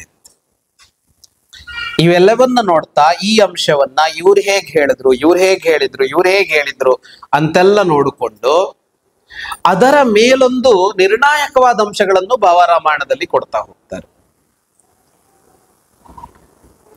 ನಿರ್ಣಾಯಕವಾದ ಅಂಶಗಳು ಅಂತ ಅಂದ್ರೆ, ಎಷ್ಟೋ ಸಲ ಆ ವ್ಯಾಖ್ಯಾನಕಾರರು ಹೇಳಿದ್ದಲ್ಲದ ಅಂಶವನ್ನು ಈ ಭಾಗ ಹೇಳುತ್ತೆ. ಇದು 1 ಗಂಟೆ ನಾನು ಮಾತಾಡ್ಲಿಕ್ಕೆ ಇರೋದು ಭಾವರಾಮಾಯಣ. ಹಾಗಾಗಿ ನಾನು ಇದರ ಅಂದ್ರೆ ಪ್ರತಿಯೊಂದು ಜಾಗದಲ್ಲಿ ನಿಂತು ಇಲ್ಲಿ ಹೇಗೆ ಅಂತ ಹೇಳೋದಕ್ಕೆ ಸಾಧ್ಯ ಇಲ್ಲ. ಸುಮ್ಮನೆ ಮೇಲಕ್ಕೆ ಹೇಳ್ಕೊಂಡು ಹೋಗ್ತಾ ಇದ್ದೀನಿ. ಅಂದ್ರೆ ಇದಕ್ಕೆ ನೀವು ಉದಾಹರಣೆ ಕೊಡಿ ಅಂದ್ರೆ ನನ್ನಲ್ಲಿ ಉದಾಹರಣೆ ಇದೆ ಅಂತ ನಾನು ಹೇಳ್ತಾ ಇರೋದಕ್ಕೆ. ಅಂದ್ರೆ ವ್ಯಾಖ್ಯಾನಕಾರರಲ್ಲಿ ರಾಮಾಯಣದ ಪ್ರಧಾನವಾದ 3 ವ್ಯಾಖ್ಯಾನಕಾರರು, ಆ 3 ವ್ಯಾಖ್ಯಾನಕಾರರಲ್ಲಿ ಸ್ವಲ್ಪ ಭಿನ್ನತೆಗಳು ಆಗಲೇ ಇದೆ. 3 ವ್ಯಾಖ್ಯಾನಕಾರರು ಒಂದು ಶ್ಲೋಕಕ್ಕೋ ಒಂದು ವಿಷಯಕ್ಕೋ ಒಂದು ಶಬ್ದಕ್ಕೋ ವ್ಯಾಖ್ಯಾನಿಸುವಾಗ ಇವರು ಒಂದು ತರಹ ಹೇಳಿದ್ದಾರೆ, ಇವರೊಂದು ತರಹ ಹೇಳಿದ್ದಾರೆ, ಇವರೊಂದು ತರಹ ಹೇಳಿದ್ದಾರೆ ಅನ್ನೋದು ಹಿಂದೆಯೇ ಇದೆ. ಅಂದ್ರೆ ವಾಲ್ಮೀಕಿಯನ್ನ ಗ್ರಹಿಸುವಲ್ಲಿ 3 ಪಂಥಗಳು ಅವಾಗಲೇ ಕಾಣಿಸ್ಕೊಂಡಿವೆ. ಅದರ ನಂತರ ಬಂದಾಗ ಇದನ್ನ ಇನ್ನು ಮುಂದಿನ ವಿದ್ವಾಂಸರುಗಳು, ಆ ವಿದ್ವಾಂಸರುಗಳು ಆ ವ್ಯಾಖ್ಯಾನದ ಮೇಲೂ ಕೆಲಸ ಮಾಡಿ ಇದು ಹಾಗಲ್ಲ ಇದು ಹೀಗೆ ಅಂತ ಹೇಳ್ಕೊಂಡ್ ಬಂದಿದ್ದಾರೆ ರಾಮಾಯಣದ ಮೇಲೆ. ಇತ್ತೀಚೆಗೆ ಬಹಳ ದೊಡ್ಡ ಅಧ್ಯಯನ ರಾಮಾಯಣದ ಮೇಲೆ ಭಾರತದಲ್ಲಿ ನಡೆದಿದ್ದು ಅಂದ್ರೆ ಅಥವಾ ಜಗತ್ತಿನಲ್ಲಿ ನಡೆದಿದ್ರು ಅಂದ್ರೆ ಅದು ರಂಗನಾಥ ಶರ್ಮರು ಮಾಡಿದ ಅಧ್ಯಯನ ಅಂತಲೇ ಹೇಳಬೇಕು. ಇನ್ನೊಂದು ರಂಗಪ್ರಿಯ ಸ್ವಾಮಿಗಳು ಮಾಡಿದ ಅಧ್ಯಯನ ಅಂತ ಹೇಳ್ಬೇಕು. 2 ಅಧ್ಯಯನಗಳು, ಅವೆರಡು ಕನ್ನಡದಲ್ಲಿ ಬಂತು, ನಮ್ಮ ಅದೃಷ್ಟ ಅದು. ಒಂದು ರಂಗನಾಥ ಶರ್ಮರು ವಾಲ್ಮೀಕಿ ರಾಮಾಯಣವನ್ನ ಅನುವಾದಿಸಿದ್ದೊಂದು ಬಂತು, ಇನ್ನೊಂದು ಭಾರತ ದರ್ಶನ ಪ್ರಕಾಶನ ರಾಮಾಯಣವನ್ನ ಅನುವಾದಿಸಿತು. ಅದರ ಹಿನ್ನೆಲೆಯಲ್ಲಿ ಪೂಜ್ಯ ರಂಗಪ್ರಿಯ ಸ್ವಾಮಿಗಳು ಕೆಲಸ ಮಾಡಿದ್ರು. ರಂಗಪ್ರಿಯ ಸ್ವಾಮಿಗಳು ಮತ್ತು ರಂಗನಾಥ ಶರ್ಮರು ಇಬ್ರು ಬಹಳ ದೊಡ್ಡ ವಿದ್ವಾಂಸರು. ಈ ಕಾಲದ ಬಹಳ ದೊಡ್ಡ ವಿದ್ವಾಂಸರು ಅಂದ್ರೆ ಹೇಳೋದು ಚಿಕ್ಕದಾಗತ್ತೆ. ಅವರು ಈ 1000 ವರ್ಷಗಳ ದೊಡ್ಡ ವಿದ್ವಾಂಸರುಗಳ ಪಟ್ಟಿಗೆ ಸೇರ್ತಾರೆ. ಅವರಿಬ್ಬರು ರಾಮಾಯಣವನ್ನ ಅವರು ವ್ಯಾಖ್ಯಾನಿಸಿ ಇದು ಹೀಗೆ ಅಂತ ಹೇಳಿದ್ರು. ಹಾಗಾಗಿ ಅವರಿಬ್ಬರ ಇದು ಇದೆ ನಮಗೆ. ಇವುಗಳನ್ನ ಇಟ್ಟುಕೊಂಡು ಭಾವರಾಮಾಯಣ ಕೆಲವು ಕಡೆಗಳಲ್ಲಿ ಯಾರದ್ದು ಚೆನ್ನಾಗಿದೆ ಅಂತ ಅನ್ಸತ್ತೋ ಅದನ್ನ ಒಪ್ಪಿಕೊಳ್ತಾ, ಕೆಲವು ಕಡೆಯಲ್ಲಿ ಅದಲ್ಲದ ಅಂಶವನ್ನು ಎತ್ತಿ ಹೇಳ್ತಾರೆ. ಈ ಸಲದ ಸಂಚಿಕೆಯಲ್ಲಿ 12ನೇ ಸಂಚಿಕೆಯಲ್ಲಿ ಅಂಥದ್ದೊಂದು ವಿಷಯದ ಚರ್ಚೆ ಇದೆ. ಅದನ್ನ ಸಾಮಾನ್ಯ ಓದುವಾಗ ಅದೆಲ್ಲ ಗೊತ್ತಾಗತ್ತೆ ಅಂತ ಅಲ್ಲ, ಮೂಲ ರಾಮಾಯಣ ಓದಿ ಅದರ ವ್ಯಾಖ್ಯಾನಗಳನ್ನ ಓದಿ, ಅದು ಬೇರೆ ಬೇರೆ ಭಾಷೆಗಳಲ್ಲಿ ಅನುವಾದ ಬಂದಿದ್ದನ್ನೆಲ್ಲ ಓದಿ, ಇದಕ್ಕೆ ಇವರೇನ್ ಹೇಳಿದ್ರು ಅಂತ ಇಷ್ಟು ತಲೆಯಲ್ಲಿ ಯಾರಾದರೂ ರಾಶಿ ಹಾಕೊಂಡಿದ್ರೆ ಅವರಿಗೆ ಇಲ್ಲೇನು ಹೊಸದಿದೆ ಅನ್ನೋದು ಗೊತ್ತಾಗುತ್ತೆ. ಸಾಲವೃಕ್ಷಗಳನ್ನ ರಾಮ ಭೇದಿಸಿದ ಅನ್ನುವ ಕಿಷ್ಕಿಂಧ ಕಾಂಡದ ಒಂದು ಪ್ರಕರಣ ಬರುತ್ತೆ. ಆ ಪ್ರಕರಣಕ್ಕೆ ಬಹಳ ಆಳಕ್ಕಿಳಿದು ಅದಕ್ಕಿದು ಅರ್ಥ ಅನ್ನೋದನ್ನ ಈ ಭಾವರಾಮಾಯಣ ಹೇಳಿದೆ. ಇಂತಹ ಘಟ್ಟಗಳು ಹಲವಿವೆ. ಪ್ರಾಯಶಃ ಇಡೀ ಭಾವರಾಮಾಯಣ ಮುಗಿದ ಮೇಲೆ ಇದನ್ನ ಇಟ್ಟುಕೊಂಡು 10 PhD ಪ್ರಬಂಧಗಳನ್ನ ಈ ವಿಷಯಗಳನ್ನ ಇಟ್ಟುಕೊಂಡು ಬರೆಯಬಹುದಾದಷ್ಟು ಕೆಲಸಗಳು ಅದರಲ್ಲೇ ಆಗಿವೆ. ಮತ್ತೆ ನಾನು ಸ್ಪಷ್ಟಪಡಿಸ್ತೇನೆ, ಭಾವರಾಮಾಯಣವನ್ನ ಯಾವುದೇ ಬೇರೆ ಅಂಶಗಳನ್ನ ಇಟ್ಟುಕೊಂಡು ಚೆನ್ನಾಗಿದೆ ಅಂತ ನಾನು ನಿರೂಪಿಸೋದಕ್ಕೆ ಹೋಗ್ತಾ ಇಲ್ಲ. ಭಾವರಾಮಾಯಣವನ್ನ ನಾನು ಒಬ್ಬ ಹೊರಗಿನ ವ್ಯಕ್ತಿಯಾಗಿ ಓದಿಯೇ ಈಗ ಅದನ್ನ ವಿಮರ್ಶಿಸ್ತಾ ಇರೋದು.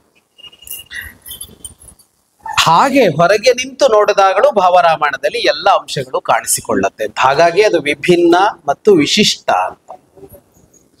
ನಾನು ಅದನ್ನ ಓದುವಾಗ, ಭಾವರಾಮಾಯಣವನ್ನು ಓದುವಾಗ ನಾನು ಕಲಿತ ಅಂಶಗಳು ಸಾಕಷ್ಟಿವೆ.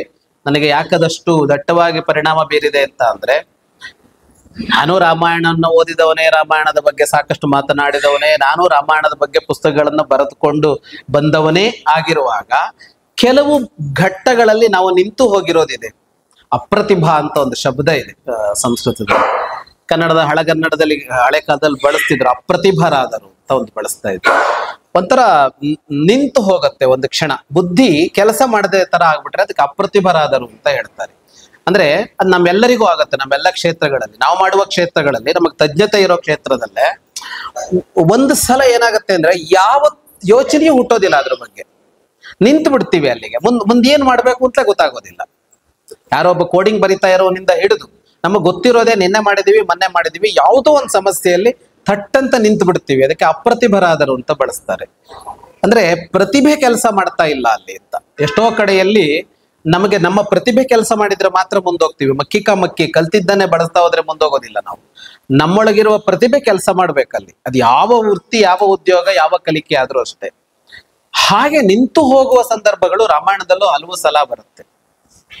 ಯಾವುದೋ ಒಂದು ಭಾಗದಲ್ಲಿ ಇದೇನು ಅಂತ ಅರ್ಥ ಆಗದೆ, ಇಷ್ಟು ವ್ಯಾಖ್ಯಾನಗಳನ್ನೋ ಇನ್ನೊಂದನ್ನೋ ನೋಡಿದಾಗಲೂ ಅರ್ಥ ಆಗದೆ, ಮುಂದೆ ಹಿಂದೆ ಅನ್ವಯ ಮಾಡಿಕೊಂಡು ಸಮನ್ವಯ ಮಾಡಿಕೊಂಡಾಗಲೂ ಅರ್ಥ ಆಗದ ಕೆಲವು ಸನ್ನಿವೇಶಗಳು ಅಂತ ನಿಂತ್ಕೊಂಡು ಬಿಡುತ್ತೆ.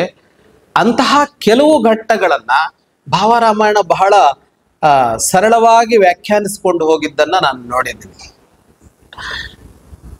ಅಂದ್ರೆ ಅದನ್ನೇನು ಅವರು ಹೇಳೋದಿಲ್ಲ ಅಲ್ಲಿ ಹೇಳುವಾಗ. ಶ್ರೀ ಸಂಸ್ಥಾನದವರು ಇದಕ್ಕೆ ಈ ಅರ್ಥ ಅಲ್ಲಿದೆ, ಇದಕ್ಕೆ ಈ ಅರ್ಥ ಇಲ್ಲಿದೆ, ಇಲ್ಲಿ ಹೀಗೆ ಬಂದಿದೆ, ಇಲ್ಲಿ ಹೀಗೆ ಬಂದಿದೆ, ನಾವೀಗ ಅರ್ಥ ಹೇಳಿದೀವಿ ಅಂತ ಏನೋ ಹೇಳೋದಿಲ್ಲ. ಅವ್ರು ಬರ್ಕೊಂಡು ಹೋಗ್ತಾರೆ. ಆದ್ರೆ ಇಷ್ಟು ಅಧ್ಯಯನ ಇದ್ರೆ ಓಹೋ ಇದಕ್ಕೆ ಈ ಅರ್ಥ ಬಂತು ಇಲ್ಲಿ ಅನ್ನೋದು ಗೊತ್ತಾಗುವ ತರಹದಲ್ಲಿದೆ ಅಂತ. ಹಾಗಾಗಿ ಇದು ಅತ್ಯಂತ ಅಧ್ಯಯನ ಪೂರ್ಣವಾದ ಒಂದು ಕೃತಿ ಅಂತ. ಪೀಠಾಧಿಪತಿಗಳಂತವರು ಬರೆದಾಗ ಸಹಜವಾಗಿ ಉದೋ ಅನ್ನುವ ಒಂದು ಅಭ್ಯಾಸ ಇದ್ದು ಬಿಡುತ್ತೆ. ಯಾಕೆಂದ್ರೆ ಹಿಂಬಾಲಕರು ಇರ್ತಾರೆ. ಒಬ್ಬ ಆಳುವವ ಒಂದು ಪುಸ್ತಕ ಬರೆದ್ರೆ, ಒಬ್ಬ ರಾಜ ಒಂದು ಪುಸ್ತಕ ಬರೆದ್ರೆ, ಒಬ್ಬ ರಾಜಕಾರಣಿ ಒಂದು ಪುಸ್ತಕ ಬರೆದ್ರೆ, ಇವತ್ತು ಯಾವುದೋ ಒಬ್ಬ ಸೆಲೆಬ್ರಿಟಿ ಒಂದು ಪುಸ್ತಕ ಬರೆದ್ರೆ, ಪ್ರಖ್ಯಾತನಾದ ಒಬ್ಬ ಲೇಖಕನೇ ಒಂದು ಪುಸ್ತಕ ಬರೆದ್ರೆ, ಯಾರಿಗೆ ಹಿಂಬಾಲಕರಿರ್ತಾರೋ ಅವರು ಬರೆದಾಗ ಅದು ಚೆನ್ನಾಗಿದೆ ಅಂತ ಹೇಳುವ ಧ್ವನಿಗಳು ತನ್ನಷ್ಟಕ್ಕೆ ಇದ್ದು ಬಿಡುತ್ತೆ. ವಿಮರ್ಶೆ ಮಾಡ್ತಾರೆ ಅಂತಿಲ್ಲ, ವಿಮರ್ಶೆ ಮಾಡೋದೂ ಇಲ್ಲ ಅಂತ ಇರುತ್ತೆ. ಹಾಗಾಗಿ ಸಹಜವಾಗಿ ಪೀಠಾಧಿಪತಿಗಳು ಕೃತಿಗಳನ್ನ ಬರೆದಾಗ ಏನಾಗತ್ತೆ ಅಂದ್ರೆ ಅದು ವಿಮರ್ಶೆಯಿಂದ ಹೊರಗೆ ನಿಲ್ಲತ್ತೆ. ವಿಮರ್ಶೆ ಮಾಡೋದಕ್ಕೆ ಉಳಿದವರು ಹೋಗೋದಿಲ್ಲ. ಅದಕ್ಕಿಂತ ಮೊದಲೇ ಒಂದಿಷ್ಟು ಜನ ಅವರನ್ನು ಒಪ್ಪಿಕೊಳ್ಳೋರು ಕೃತಿಯನ್ನು ಒಪ್ಪಿಕೊಂಡು ಬಿಡ್ತಾರೆ. ಅಂದ್ರೆ ಭಾವರಾಮಾಯಣವನ್ನ ನಾನು ವಿಶ್ಲೇಷಿಸ್ತಾ ಇರೋದು ಇದರ ಹೊರಗೆ ನಿಂತು ಅಂತ ಮತ್ತೆ ಮತ್ತೆ ಸ್ಪಷ್ಟಪಡಿಸ್ಕೊಳ್ತಾ ಇರೋದು. ಹಾಗಾಗಿ ಇದೊಂದು ಅಧ್ಯಯನ ಪೂರ್ಣವಾದ ಕೃತಿಯಾಗಿ ಕಾಣಿಸುತ್ತೆ. ಅದು ಎಷ್ಟು ಆಳವಾದ ಅಧ್ಯಯನಕ್ಕೆ ಅದನ್ನ ಕೊಟ್ಕೊಂಡಿದೆ ಅಂದ್ರೆ ಅದನ್ನ ಅನುವಾದಿಸುವಾಗ ಕೆಲವು ಶಬ್ದಗಳು ಬಹಳ ಅಚ್ಚರಿ ಹುಟ್ಟಿಸುತ್ತೆ. ಈ ಸಂಸ್ಕೃತದ ಶಬ್ದಗಳನ್ನ ಯಾವುದೇ ಭಾಷೆಯನ್ನಾದ್ರೂ ಅಷ್ಟೇ ಇನ್ನೊಂದು ಭಾಷೆಗೆ ತರುವಾಗ ಬಹಳ ಸವಾಲಿರುತ್ತೆ. ಏನಂದ್ರೆ ಅಲ್ಲಿ ಬಳಕೆಯಾಗುವ ಆ ಶಬ್ದ ಈ ಭಾಷೆಯಲ್ಲಿ ಯಾವ ಅರ್ಥದಲ್ಲಿ ಬಳಕೆಯಾಗ್ತಾ ಇದೆ ಅನ್ನೋದು ಬಹಳ ಮುಖ್ಯ ಆಗುತ್ತೆ ಬರಹವನ್ನು ತರುವಾಗ.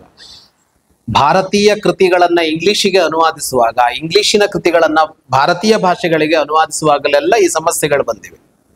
ಈ ಸಮಸ್ಯೆಗಳು ತುಂಬಾ ಬಂದಿವೆ. ಹಾಗಾಗಿ ಅದಕ್ಕೆ ಬೇರೆ ಬೇರೆ ಅರ್ಥ ಬಂದುಕೊಂಡು ಹೋಗಿಬಿಟ್ಟಿದೆ. ಅವ್ರು ಏನು ಹೇಳ್ತಾ ಇದ್ದಾರೋ ಆ ಅರ್ಥ ಬರೋದೇ ಇಲ್ಲ, ಅದು ಬೇರೆಯೇ ಅರ್ಥ ಬಂದು ಬಿಡತ್ತೆ. ಹಾಗಾಗಿ ಒಂದು ಶಬ್ದಕ್ಕೆ ಇನ್ನೊಂದು ಶಬ್ದವನ್ನ ಇಡೋದು ಅಂತ ಇದೆಯಲ್ಲ, ಬಹಳ ಅಂದ್ರೆ ಬಹಳ ಕಷ್ಟದ ವಿಷಯ. ಯಾವುದೇ ಕೃತಿ ಅದು ಯಾವ ಭಾಷೆಯಲ್ಲಿ ಹುಟ್ಟಿದೆಯೋ ಆ ಭಾಷೆಯಲ್ಲಿ ಓದಿದ್ರೆ ಮಾತ್ರ ನಿಜವಾದ ಕೃತಿ ನಮ್ಗೆ ಅರ್ಥವಾಗೋದಕ್ಕೆ ಸಾಧ್ಯ. ಎಂಥವರೇ ಇನ್ನೊಂದು ಭಾಷೆಗೆ ತಂದ್ರು ಅದರಲ್ಲಿ ಒಂದಿಷ್ಟು ಕಳಚಿಕೊಳ್ತವೆ ಅಂಶಗಳು, ಅದು ಬರೋದೇ ಇಲ್ಲ ಅದರಲ್ಲಿ. ಯಾಕೆಂದ್ರೆ ಆ ಭಾಷೆಯಲ್ಲಿ ಇರುವ ಆ ಶಬ್ದಕ್ಕೆ ಸರಿಸಮಾನವಾದ ಇನ್ನೊಂದು ಶಬ್ದ ಬೇರೆ ಭಾಷೆಯಲ್ಲಿ ಇದ್ದಿರಲೇಬೇಕು ಅಂತ ಇರೋದೇ ಇಲ್ಲ. ಯಾಕೆಂದ್ರೆ ಒಂದು ಭಾಷೆಯಲ್ಲಿ ಒಂದು ಶಬ್ದ ಹುಟ್ಟೋದು ಹೇಗೆ ಅಂತ ಅಂದ್ರೆ ಆ ಪ್ರದೇಶ, ಆ ದೇಶ, ಆ ಜನಾಂಗ, ಅವರು ಬದುಕುವ ರೀತಿ, ಅವರು ಭಾವಿಸುವ ವಿಧಾನ, ಇಂಥ ಏನೆಲ್ಲ ಅಂಶಗಳನ್ನ ಸೇರಿಸಿಕೊಂಡು ಆ ಶಬ್ದ ಹುಟ್ಟಿರುತ್ತೆ.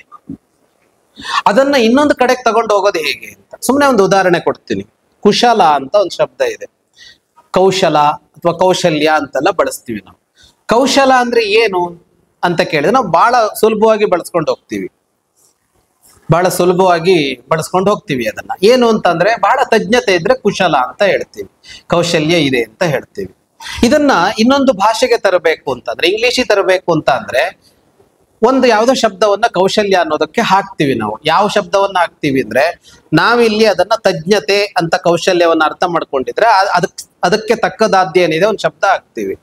ಆದ್ರೆ ವಾಸ್ತವವಾಗಿ ಈ ಕುಶಲ ಅನ್ನೋದು ಅರ್ಥ ಆಗಬೇಕು ಅಂದ್ರೆ ಆ ಶಬ್ದ ಹೇಗೆ ಹುಟ್ಕೊಳ್ತು ಅಂತ ನೋಡಿದಾಗ ಮಾತ್ರ ಅರ್ಥ ಆಗತ್ತೆ. ಅದು ದರ್ಭೆಯ ಮೇಲೆ ಹುಟ್ಕೊಂಡಿದೆ. ಅದು ಕುಶ ಅಂದ್ರೆ ದರ್ಭೆ. ಕುಶಾನ್ ಲಾತಿ ಆದತ್ತೆ, ಕುಶಲ ಅಂದ್ರೆ ಕುಶಾನ್ ಲಾತಿ ಅಂತ. ಈ ದರ್ಭೆಯನ್ನ ಕತ್ತರಿಸೋದು ಬಹಳ ಕಷ್ಟದ ವಿಷಯ. ಇಲ್ಲಿ ಹೋಮಕ್ಕೆ ಕೂತ ಕತ್ತರಿಸೋದಲ್ಲ, ಗಿಡದಿಂದ ಕತ್ತರಿಸೋದು. ಅದೇನಂದ್ರೆ ಅದರ ಎರಡು ತುದಿಗಳಿವೆಯಲ್ಲ ತುಂಬಾ ಶಾರ್ಪ್. ಅದು ತುಂಬಾ ಶಾರ್ಪ್ ಅಂದ್ರೆ ನೀವು ಹಸಿ ದರ್ಬೆ ನೋಡಿದವರಿಗೆ ಗೊತ್ತಿರುತ್ತೆ, ಒಣಗಿರೋದಲ್ಲ. ಹಿಂಗಂದ್ರೆ ಸೀಳಿ ಬಿಡತ್ತೆ, ಇಲ್ಲಿ ಅಷ್ಟು ಶಾರ್ಪ್ನೆಸ್ ಇರುತ್ತೆ ಅದಕ್ಕೆ. ಅದನ್ನ ಕೊಯ್ಯುವಾಗ ಕೈ ಗಾಯ ಆಗದೆ ದರ್ಬೆ ಕೊಯ್ಯೋದಕ್ಕೆ ಬಹಳ ಬಹಳ ನಿಪುಣತೆ ಬೇಕು. ದರ್ಬೆ ಕೊಯ್ಬೇಕು, ಕೈ ಕೊಯ್ಬಾರ್ದು. ಒಂದು ಕೆಲಸವನ್ನ ಹೀಗೆ ಮಾಡೋದಕ್ಕೆ ಕುಶಲತೆ ಅಂತ ಹೆಸರು. ಇದನ್ನ ನೀವು ಇನ್ನು ಒಂದೇ ಶಬ್ದದಲ್ಲಿ ಇಂಗ್ಲಿಷಲ್ಲಿ ಹೇಗೆ ಹೇಳ್ತೀರಿ?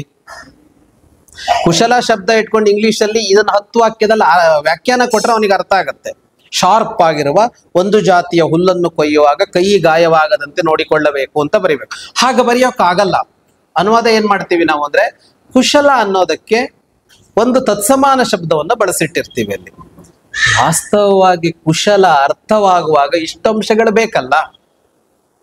ಹಾಗಾಗಿ ಯಾವುದೇ ಅನುವಾದವು ಮೂಲ ಕೃತಿಯನ್ನ ಸರಿಯಾಗಿ ಹೇಳೋದಕ್ಕೆ ಸಾಧ್ಯವಾಗೋದಿಲ್ಲ, ವಿಫಲ ಆಗುತ್ತವೆ. ಅನಿವಾರ್ಯ, ಅದನ್ನ ಏನು ಮಾಡೋದಕ್ಕೆ ಸಾಧ್ಯ ಇಲ್ಲ, ಅಷ್ಟು ಕಷ್ಟ ಇದೆ ಅವುಗಳಲ್ಲಿ. ಹಾಗಾಗಿ ಸಂಸ್ಕೃತದಲ್ಲಿರೋದನ್ನ ಕನ್ನಡಕ್ಕೆ ತರುವಾಗ ಬಹಳ ಕಷ್ಟ ಇದೆ.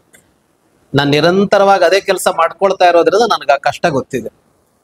ಸಂಸ್ಕೃತ ಕೃತಿಯನ್ನ ಇಟ್ಕೊಂಡು ಕನ್ನಡದಲ್ಲಿ ಒಂದು ಕೃತಿ ಬರೆಯೋದಕ್ಕೆ ಹೊರಟಾಗಲೆಲ್ಲ ನಿತ್ಯ ಮಾಡ್ತಾ ಇರ್ತೀನಿ ನಾನು ಅದನ್ನ.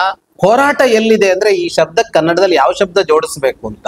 ಹಿಂದಿನವ್ರು ಏನ್ ಮಾಡಿದ್ದಾರೆ ಅಂದ್ರೆ ಕೆಲವರು ಹೆಚ್ಚು ತಲೆ ಕೆಡಿಸ್ಕೊಳ್ಳದೆ, ಕೆಲವರು ಅರ್ಥ ಕಂಡ್ಕೊಳ್ಳದೆ, ಸಮಸ್ಯೆ ಮಾಡ್ಕೊಳ್ಳದೆ ಏನೋ ಒಂದು ಹೇಳಿ ಮುಗಿಸ್ಕೊಂಡು ಮುಂದೋಗಿದ್ದಾರೆ. ಅದರಿಂದ ಬಹಳ ಸಮಸ್ಯೆ ಆಗಿದೆ.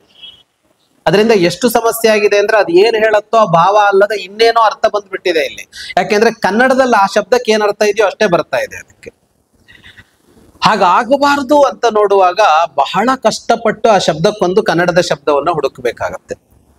ಅದನ್ನ ನಮ್ಮಲ್ಲಿ ಬಹಳ ಚೆನ್ನಾಗಿ ಮಾಡಿದವರು ರಂಗನಾಥ್ ಶರ್ಮರು. ಸಂಸ್ಕೃತದಲ್ಲಿರುವುದನ್ನ ಕನ್ನಡದಕ್ಕೆ ಅನುವಾದಿಸುವಾಗ ಕನ್ನಡದ್ದೇ ಆದ, ಕನ್ನಡದ ಜಾಯಮಾನಕ್ಕೆ ಒಗ್ಗುವ ಶಬ್ದವನ್ನ ಅಲ್ಲಿ ತಂದು ಸೇರಿಸುವ ಕೆಲಸವನ್ನ ಮಾಡಿದವರು ರಂಗನಾಥ್ ಶರ್ಮರು. ಉಳಿದ ಸಂಸ್ಕೃತ ವಿದ್ವಾಂಸರುಗಳು ಹೆಚ್ಚಾಗಿ ಏನ್ ಮಾಡ್ಕೊಂಡು ಹೋದ್ರು ಅಂದ್ರೆ ಅಷ್ಟ್ ಮಾಡೋದಕ್ ಬರೋದಿಲ್ಲ ಅಂತಂದಾಗ ಸಂಸ್ಕೃತ ಶಬ್ದವನ್ನ ಹಾಗೆ ಕನ್ನಡದಲ್ಲಿ ಇಟ್ಕೊಂಡು ಮುಂದೆ ಹೋಗ್ಬಿಟ್ರು. ಯಾಕೆಂದ್ರೆ ಭಾರತೀಯ ಭಾಷೆಗಳಲ್ಲಿ ಸಂಸ್ಕೃತ ಶಬ್ದ ಬಂದ್ರೆ ನಾವು ಅರ್ಥ ಮಾಡ್ಕೋತೀವಿ ಅನ್ನೋ ತರಹದಲ್ಲಿ. ಆದ್ರೆ ಅದ್ರದ್ದೇನಾಯ್ತು ಅಂದ್ರೆ ಕಾಲ ಕಳಿತಾ ನಮ್ಮ ಮುಂದಿನ ಜನರೇಷನ್ಗೆ ಆ ಶಬ್ದ ಅರ್ಥ ಆಗೋಲ್ಲ, ಅದು ಸಂಸ್ಕೃತ ಆಗೋಯ್ತು, ಅದು ಕನ್ನಡ ಆಗ್ಲಿಲ್ಲ ಅಂತ ಆಗುವಾಗ ಸಮಸ್ಯೆ ಬರುತ್ತೆ ಅಂತ. ಇಷ್ಟ ಕತೆ ಇದು ಯಾಕೆ ಹೇಳ್ತಾ ಇರೋದು ಅಂದ್ರೆ ಭಾವರಾಮಾಯಣದಲ್ಲಿ ನಾನು ಕಂಡ ಇನ್ನೊಂದು ಅಂಶ ಏನು ಅಂದ್ರೆ ಅಲ್ಲಿಯ ಶಬ್ದಗಳನ್ನ ಕನ್ನಡಕ್ಕೆ ತರುವಾಗ ಬಹಳ ಹೊಂದುವ ಶಬ್ದಗಳನ್ನ ಹುಡುಕಲಾಗಿದೆ ಅಂತ. ಬಹಳ ಅಂದ್ರೆ ಬಹಳ ಹತ್ತಿರಕ್ಕೆ ಬರುವ ಅಥವಾ ಅದೇ ಅರ್ಥವನ್ನ ಹೇಳುವ ಶಬ್ದವನ್ನೇ ಅಲ್ಲಿಗೆ ಬಳಸಲಾಗಿದೆ. ಹಾಗೆ ಬಳಸುವಾಗ ಕೆಲವೊಮ್ಮೆ ಈ ಶಬ್ದಕ್ಕೆ ಈ ಶಬ್ದ ಬಳಸಬೇಕಾಗಿತ್ತಲ್ವಾ ಅಂತ ಅನ್ನಿಸತ್ತೆ, ಆದ್ರೆ ಇಲ್ಲಿ ಬೇರೆ ಶಬ್ದ ಬಳಸಿದೆ. ಯಾಕೆಂದ್ರೆ ಅದು ಕುಶಲದ ತರಹ. ನಾನು ಕುಶಲತೆ ಬಗ್ಗೆ ಹೇಳಿದ್ನಲ್ಲ, ಕುಶಲ ಅಂತಿರೋದನ್ನ ನಿಪುಣ ಅಂತ ಅರ್ಥ ಬರೆದು ಬಿಟ್ರೆ ಕುಶಲವನ್ನ ಹೇಳಿಲ್ಲ ಅದು. ಆಗ ಇನ್ನೇನೋ ಒಂದು ಶಬ್ದ ಹೇಳಬೇಕಲ್ಲ, ಆ ಪ್ರಯತ್ನ ಕಾಣಿಸುತ್ತೆ ಇದರಲ್ಲಿ. ಇದು ಬಹಳ ಸೂಕ್ಷ್ಮವಾಗಿ ನಡೆದಿದೆ ಕೆಲಸಗಳು. ಸೂಕ್ಷ್ಮವಾಗಿ ಅಂದ್ರೆ ನನಗೆ ಗೊತ್ತಿಲ್ಲ, ಅವರಿಗದು ಸಹಜವಾಗಿ ಹರಿದು ಬರುತ್ತೋ, ಅವರು ಬುದ್ಧಿಪೂರ್ವಕವಾಗಿ ಪ್ರಜ್ಞಾಪೂರ್ವಕವಾಗಿ ಯೋಚಿಸಿ ಶ್ರೀ ಸಂಸ್ಥಾನದವರು ಅದನ್ನ ಬರೀತಾರೋ ನನಗೆ ಗೊತ್ತಿಲ್ಲ, ಅವರು ಬರೆಯುವ ಇದು ಗೊತ್ತಿಲ್ಲ. ಆದ್ರೆ ಆ ಕೆಲಸ ಅಂತೂ ಕಾಣಿಸುತ್ತೆ ಇಲ್ಲಿ. ಅಂದ್ರೆ ಇದಕ್ಕೆ ಸೂಟಬಲ್ ಆದ ಯಾವ ಶಬ್ದವನ್ನ ಕನ್ನಡದಲ್ಲಿ ಹೇಳಬಹುದು ಅಂದ್ರೆ, ಇದಕ್ಕೆ ಸೂಟಬಲ್ ಅಂದ್ರೆ ಶಬ್ದವನ್ನ ಅನುವಾದಿಸ್ತಾ ಇಲ್ಲ ಅವರು, ಭಾವವನ್ನ ಹೇಳೋದಕ್ಕೆ ಹೊರಟಿದಾರಲ್ಲ. ಹೇಳಬೇಕಾಗಿರೋದು ಈ ಶಬ್ದ ಏನ್ ಹೇಳ್ತಾ ಇದೆ ಅಂತ ಅಲ್ಲ, ಇದರ ಭಾವ ಏನ್ ಹೇಳ್ತಾ ಇದೆ ಅನ್ನೋದು ಅಂತ. ಉದಾಹರಣೆಗೆ ಇನ್ನೊಂದು ಉದಾಹರಣೆ ತೆಗೆದುಕೊಳ್ಳೋದಾದ್ರೆ, ಈ ಮರಕ್ಕೆ ಪಾದಪ ಅಂತ ಹೆಸರು, ಸಂಸ್ಕೃತದಲ್ಲಿ ಒಂದು ಹೆಸರು ಪಾದಪ ಅಂತ.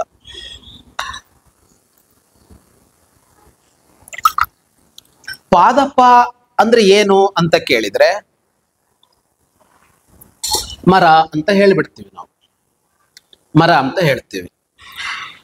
ಪಾದಪ ಅಂದ್ರೆ ಮರ ಹೌದು, ಆದ್ರೆ ಮರಕ್ಕೆ ಯಾಕೆ ಪಾದಪ ಅಂತ ಹೇಳ್ತೀವಿ ಅಂತ ಬೇಕು. ಪದ್ಭ್ಯಾಂ ಪಾತಿ, ಪಾದ ಅಂದ್ರೆ ಕಾಲು, ಅದರಿಂದ ಆಹಾರವನ್ನ ಸ್ವೀಕರಿಸತ್ತೆ ಅಂತ ಅರ್ಥ ಆ ಶಬ್ದಕ್ಕೆ ಪಾದಪ ಅಂತ. ಬೇರಿನಿಂದ ಅದು ಸ್ವೀಕಾರ ಮಾಡೋದು, ಮರ ಆಹಾರ ಸ್ವೀಕಾರ ಮಾಡೋದು ಅದು ಬೇರಿನಿಂದ. ನೀರು ಕೊಡೋದು ರೆಂಬೆಗಲ್ಲ, ಒಣಗೋದು ರೆಂಬೆ, ಒಣಗೋದು ಎಲೆ, ನೀರು ಹಾಕೋದು ಬುಡಕ್ಕೆ. ಬೇರು ನೀರನ್ನು ಹೀರಿದ್ರೆ ಒಣಗಿದ ಗಿಡ, ಮನೆ ಬಾಗಿಲಲ್ಲಿರೋ ಗಿಡ ನೋಡಿ ಸುಮ್ಮನೆ ಬಿಡಿ, ನೀರು ಬುಡಕ್ಕೆ ಹಾಕಿ ಅರ್ಧ ಗಂಟೆಯಲ್ಲಿ ಒಣಗಿದ ಎಲೆ ಮತ್ತೆ ನಳನಳಿಸ್ತಾ ಇರುತ್ತೆ. ಅಂದ್ರೆ ಬೇರಿನಿಂದ ಸ್ವೀಕಾರ ಮಾಡ್ತದೆ ಎಲ್ಲವನ್ನು. ಪದ್ಭ್ಯಾಂ ಪಾತಿ ಅನ್ನುವ ಅರ್ಥದಲ್ಲಿ ಅದನ್ನ ಪಾದಪ ಅಂತ ಕರೆದಿದೆ.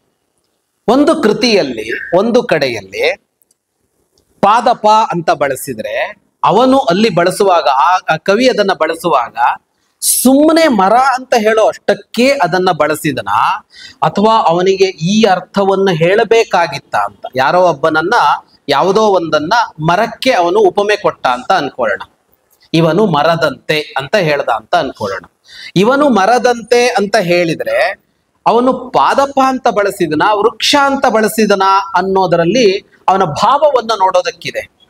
ಅವನು ವೃಕ್ಷ ಅಂತ ಬಳಸಿದ್ರೆ ಅವನು ಹೋಲಿಕೆ ಬೇರೆಗೆ ಏನೋ ಮಾಡ್ತಾ ಇದ್ದಾನೆ, ಮರದ ಇನ್ಯಾವುದೋ ಗುಣದ ಜೊತೆಗೆ ಹೋಲಿಕೆ ಮಾಡ್ತಾ ಇದ್ದಾನೆ. ಅವನು ಪಾದಪ ಅಂತ ಬಳಸಿದ್ರೆ ಅವನು ಹೋಲಿಕೆಯನ್ನ ಇನ್ಯಾವುದೋ ಅಂಶದೊಂದಿಗೆ ಹೋಲಿಕೆ ಮಾಡ್ತಾ ಇದ್ದಾನೆ, ಅವನಿಗೆ ಬೇರೆ ಏನೋ ಹೇಳಬೇಕಾಗಿದೆ ಅಲ್ಲಿ ಅಂತ.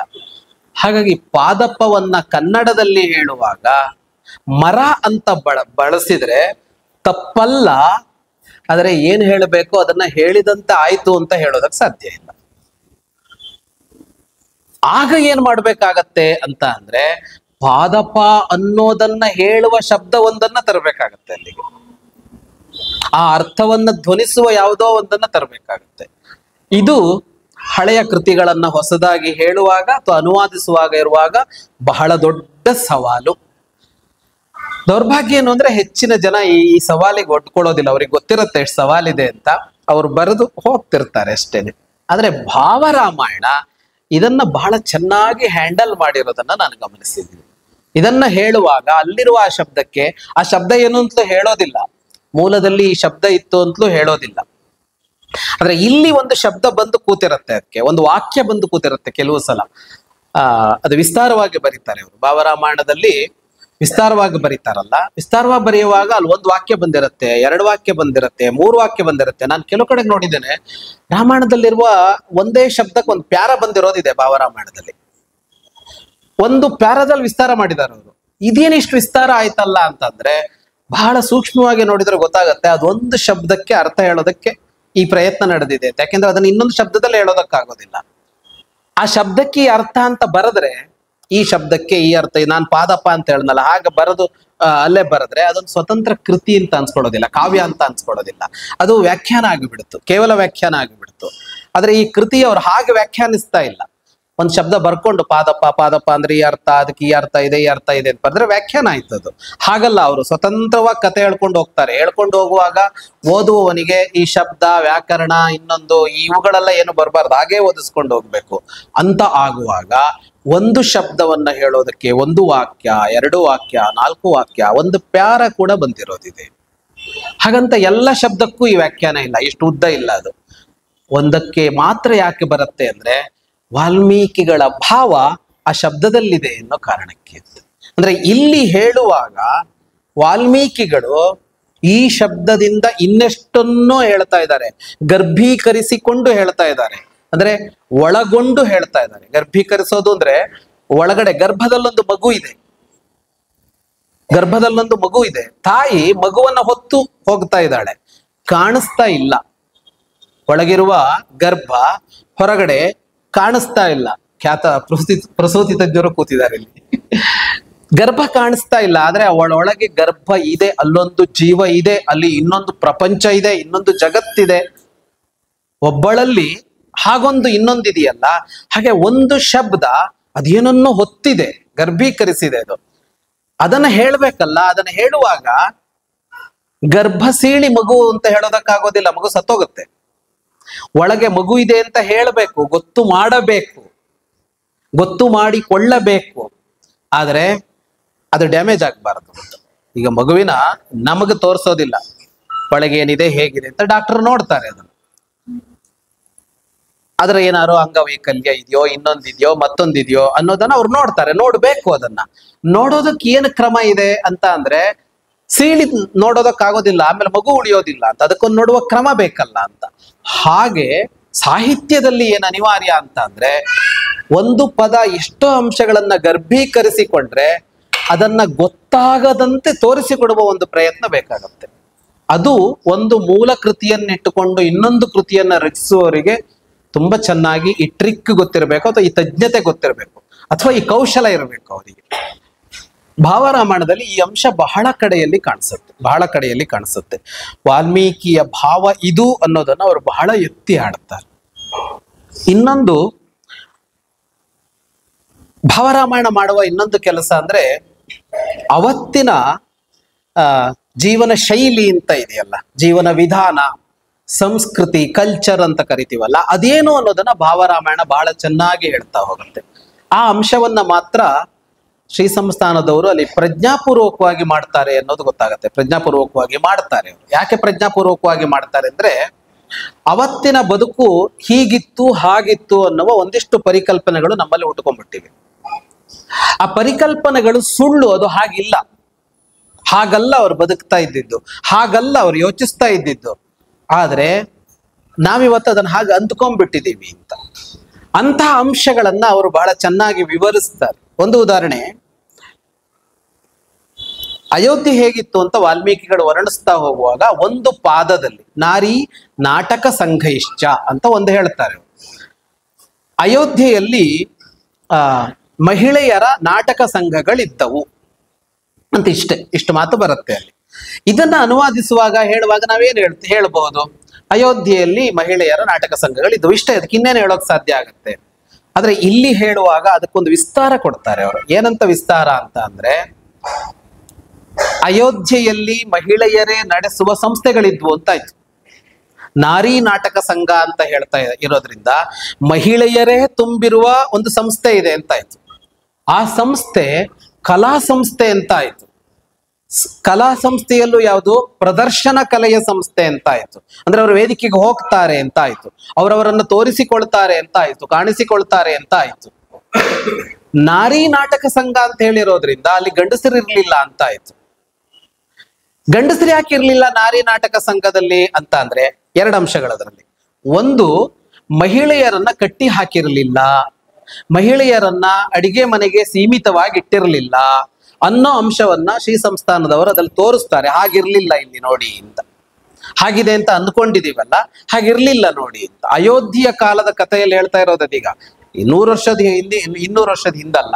ಅಂದ್ರೆ ಮಹಿಳಾ ಸ್ವಾತಂತ್ರ್ಯ ಇರ್ಲಿಲ್ಲ, ಮಹಿಳೆಯರ ಮೇಲೆ ಶೋಷಣೆ ಇತ್ತು, ಒಳಗೆ ಕಟ್ಟಿ ಹಾಕಿದ್ರಿ ಮನೆ ಒಳಗೆ ಅಂತಂದ್ರೆ, ಇಲ್ಲ, ರಾಮಾಯಣ ಹಾಗಲ್ಲ ಹೇಳ್ತಾ ಇರೋದು ಅನ್ನುವ ಅಂಶವನ್ನ ಇದರಿಂದ ತೆಗೆದು ತೋರಿಸ್ತಾರೆ. ಅದರ ಜೊತೆಗೆ ಅವರು ಇನ್ನೂ ಒಂದು ಅಂಶವನ್ನ ಹೇಳ್ತಾರೆ. ನಾರಿ ನಾಟಕ ಸಂಘ ಅಂತ ಹೇಳಿರೋದ್ರಿಂದ ಅಲ್ಲಿ ಗಂಡಸರ ಪ್ರವೇಶ ಇರಲಿಲ್ಲ ಅಂತಾಯ್ತು. ಗಂಡಸರ ಪ್ರವೇಶ ಇದ್ದಾಗ ಆಗುವ ಸಮಸ್ಯೆಗಳೇನು ಅನ್ನೋದನ್ನ ಜಗತ್ತಲ್ಲಿ ನೋಡ್ತಾ ಇದೀವಿ ನಾವೀಗ. ಇರ್ಬೇಕು ಅಂತ ಈಗ ಆಗಿದೆ, ಇರಬಾರದು ಅಂದ್ರೆ ಓಡಿಸ್ಕೊಂಡ್ ಬರ್ತಾರೆ ನಮ್ಮನ್ನ. ಪುರುಷರು ಮಹಿಳೆಯರು ಒಟ್ಟಿಗೆ ಕೆಲಸ ಮಾಡಬೇಕು ಅಂತ. ಆದ್ರೆ ಒಟ್ಟಿಗೆ ಕೆಲಸ ಮಾಡುವಾಗ ಕೆಲವು ತೊಡಕುಗಳಿವೆ ಅನ್ನೋದು ಬೆಳಗಾದ್ರೆ, ಮಧ್ಯಾಹ್ನ ಆದ್ರೆ, ಸಂಜೆ ಆದ್ರೆ ಗೊತ್ತಾಗ್ತಾ ಇದೆ. ಆ ತೊಡಕುಗಳೇನು, ಏನು ಕಷ್ಟ ಅನ್ನೋದು ಗೊತ್ತಾಗ್ತಾ ಇದೆ. ಅದನ್ನ ಅವರು ವ್ಯಾಖ್ಯಾನಿಸುವಾಗ ಅಂದಿನ ಜನಜೀವನ, ಅಂದಿನ ಇವರು ಹೇಗೆ ಬದುಕನ್ನ ರೂಪಿಸಿದ್ರು ಅಂತ ಅಂದ್ರೆ, ಸ್ತ್ರೀಯರಿಗೆ ಪುರುಷರಿಂದ ಇಂತಹ ಯಾವ ತೊಡಕು ಆಗದಂತೆ ಅವರು ಇಂತಹ ಕೆಲಸಗಳನ್ನ ಮಾಡೋದಕ್ಕೆ ಬೇಕಾಗುವಂತೆ ಒಂದು ಯೋಜನೆ ಇತ್ತು ಅವರಲ್ಲಿ ಅನ್ನೋದು ನಾರಿ ನಾಟಕ ಸಂಘ ಅಂತ ವಾಲ್ಮೀಕಿಗಳು ಹೇಳುವುದರ ಮೂಲಕ ಗೊತ್ತಾಗತ್ತೆ ಅಂತ ಹೇಳ್ತಾರೆ. ಈ ಎರಡು ಅಂಶ ಅಂತ. ಹಾಗಂತ ಈಗ ನಾನು ಇದನ್ನ ಹೀಗೆ ಅಂತ ಇಲ್ಲಿಗೆ ಸಮನ್ವಯ ಮಾಡಿ ಹೇಳದಲ್ಲ, ಹೀಗೆ ಹೇಳೋದಿಲ್ಲ ಭಾವರಾಮಾಯಣ ನಿಮ್ಗೆ. ಈಗ ಇನ್ನೊಮ್ಮೆ ಇದನ್ನ ಮೊದಲೇ ಓದೋರು ತೆಗೆದು ಓದಿ ನಿಮಗ್ ಕಾಣಿಸುತ್ತೆ. ಅದನ್ನ ಹಾಗೆ ಗೊತ್ತಾಗುವಂತೆ, ಗೊತ್ತಾಗದಂತೆ ಇಂತಹ ಎಷ್ಟೋ ಅಂಶಗಳನ್ನ ಪ್ರಜ್ಞಾಪೂರ್ವಕವಾಗಿಯೂ ಭಾವರಾಮಾಯಣದಲ್ಲಿ ಅವರು ಮಾಡ್ತಾ ಹೋಗ್ತಾರೆ. ಇಂತಹ ಹಲವು ಅಂಶಗಳಿವೆ. ನಾವು ಸ್ವೀಕರಿಸಿದ, ಅಂದುಕೊಂಡ ಅವತ್ತಿನ ಬದುಕು, ಯೋಚನೆ, ಸಿದ್ಧಾಂತ ಇವುಗಳೆಲ್ಲ ಹಾಗಿಲ್ಲಿ ಇರ್ಲಿಲ್ಲ. ಅವರ ಒಲವು ನಿಲುವುಗಳು ಬೇರೆ ತರಹದಲ್ಲಿತ್ತು ಅನ್ನೋದನ್ನ ಬಹಳ ಚೆನ್ನಾಗಿ ಹೇಳ್ತಾ ಹೋಗ್ತಾರೆ.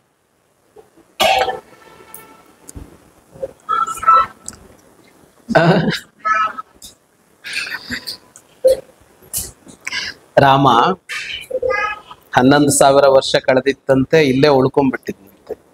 ಅಲ್ಲಿಂದ ಆಮೇಲೆ ಆಮಂತ್ರಣ ಬಂತು, ಅಲ್ಲಿಂದ ಸೂಚನೆ ಬಂತು, ಮೇಲ್ ಬರೋದಿದೆಯಾ, ಏನ್ ಕತೆ ಅಂತ ಬಂತು ಅಂತ. ಬೇರೆಯವರಾಗಿದ್ರೆ ಎತ್ಕೊಂಡು ಹೋಗ್ಬಿಡ್ತಿದ್ರು, ನಿನ್ ಕಾಲ ಮುಗೀತು ಅಂತ ಬೇರೆ ಜೀವಿಗಳದ್ದು ಎತ್ಕೊಂಡು ಹೋಗ್ತಾ ಇದ್ರು. ಆದ್ರೆ ಇವನನ್ನ ಏನು ಮಾಡೋವಾಗಿಲ್ಲ ಮೇಲ್ನವ್ರು. ಯಾಕೆ ಅಂದ್ರೆ ಈ ಚೌಕಟ್ಟನ್ನ ನಿರೂಪಿಸಿದವನು, ಹೀಗಿರ್ಬೇಕು, ಒಬ್ಬ ಜೀವಿ ಇಷ್ಟು ಕಾಲ ಬದುಕ್ಬೇಕು, ಹೀಗ್ ಬದುಕ್ಬೇಕು ಅಂತ ಸಂವಿಧಾನ ಮಾಡಿದವನು ಯಾರು ಅಂದ್ರೆ ಇವನೇ. ಹಾಗಾಗಿ ಯಾರ ನಿಯಮ ಮಾಡಿರ್ತಾನೋ ಅವನನ್ನ ಅವರು ಅತಿಕ್ರಮಿಸೋದಕ್ಕಾಗೋದಿಲ್ಲ. ಅವನ ಹತ್ರನೇ ಕೇಳ್ಬೇಕು ಏನ್ ಮಾಡೋದು ಅಂತ. ಆದ್ರೆ ಅವನ್ ಹೆಂಗಿರ್ಬೇಕು ಅಂದ್ರೆ, ತಾನು ಮಾಡಿಕೊಟ್ಟ ಚೌಕಟ್ಟನ್ನ ಮುರಿಬಾರ್ದು. ನಿಮಗ್ 1 ಗಂಟೆ ಪ್ರವಚನ ಅಂತ ಹೇಳಿದ್ ನಾನೇ ಆಗಿರೋದ್ರಿಂದ ನಾನು ಮುರಿಬಾರ್ದು. 2 ಭಾಗಗಳು ಭಾವರಾಮಾಯಣದಲ್ಲಿ ಪ್ರಮುಖವಾಗಿ ಕಾಣ್ತಾ ಇವೆ. ಈಗ 12 ಸಂಚಿಕೆ ಬಂದಿದೆ. 10ನೆಯ ಸಂಚಿಕೆಯ ಅರ್ಧದವರೆಗೆ ರಾಮಾವತಾರದವರೆಗಿನ ಘಟ್ಟ ಬಂದಿದೆ. ನೀವು ಓದ್ಕೊಂಡು ಹೋಗುವಾಗ, ಧರ್ಮ ಭಾರತಿಯಲ್ಲಿ ಯಾರು ಓದ್ಕೊಂಡು ಹೋದ್ರೋ ನಿಮ್ಗೆ ಇದೆಲ್ಲ ಗೊತ್ತಾಗಿಲ್ಲ. 10ನೇ ಸಂಚಿಕೆ ಅರ್ಧ ಭಾಗ ಬರುವವರೆಗೆ ರಾಮಾವತಾರದ ಘಟ್ಟ ಬಂದಿದೆ. ಅದಾದ ಮೇಲೆ ಜಗನ್ನಾಯಕನ ಜಾತಕ ಅಂತ, ರಾಮನ ಜಾತಕ ಹೇಗಿತ್ತು ಅಂತ ಹೇಳ್ತಾ ಹೋಗುತ್ತೆ. ಇದರಲ್ಲಿ 2 ಭಾಗದಲ್ಲಿ ಮೊದಲನೇ ಭಾಗ ಎಷ್ಟು ಚೆನ್ನಾಗಿದೆ ಅಂದ್ರೆ, ಈ ರಾಮಾವತರಣ ಬರುವವರೆಗೆ ಒಂದು ಬೇರೆ ಬೇರೆ ವಿಭಾಗ ಮಾಡ್ಕೊಂಡು ಬರಿತಾ ಇದ್ದಾರೆ. ಅದು ನಿಮ್ ಗಮನಕ್ಕೆ ಬಂದಿರೋದಿಲ್ಲ ಅಲ್ಲಿ ಓದುವಾಗ. ಮೊದಲು ದಶರಥ ರಾಜ್ಯ ಅಂತ ಬಂತು, ಆಮೇಲೆ ದೊರೆಯಬೇಕಿಂಥವನು ಅಂತ ಒಂದು ಅಧ್ಯಾಯ ಬಂತು, ಆಮೇಲೆ ಯಾಗ ಪ್ರೇರಣೆ ಅಂತ ಬಂತು, ಆಮೇಲೆ ಮುಗ್ಧ ಮುನಿ ಚರಿತ ಅಂತ ಬಂತು, ಆಮೇಲೆ ಅಶ್ವಮೇಧ ಅಂತ ಬಂತು, ಆಮೇಲೆ ಪುತ್ರಕಾಮೇಷ್ಟಿ ಅಂತ ಬಂತು, ಆಮೇಲೆ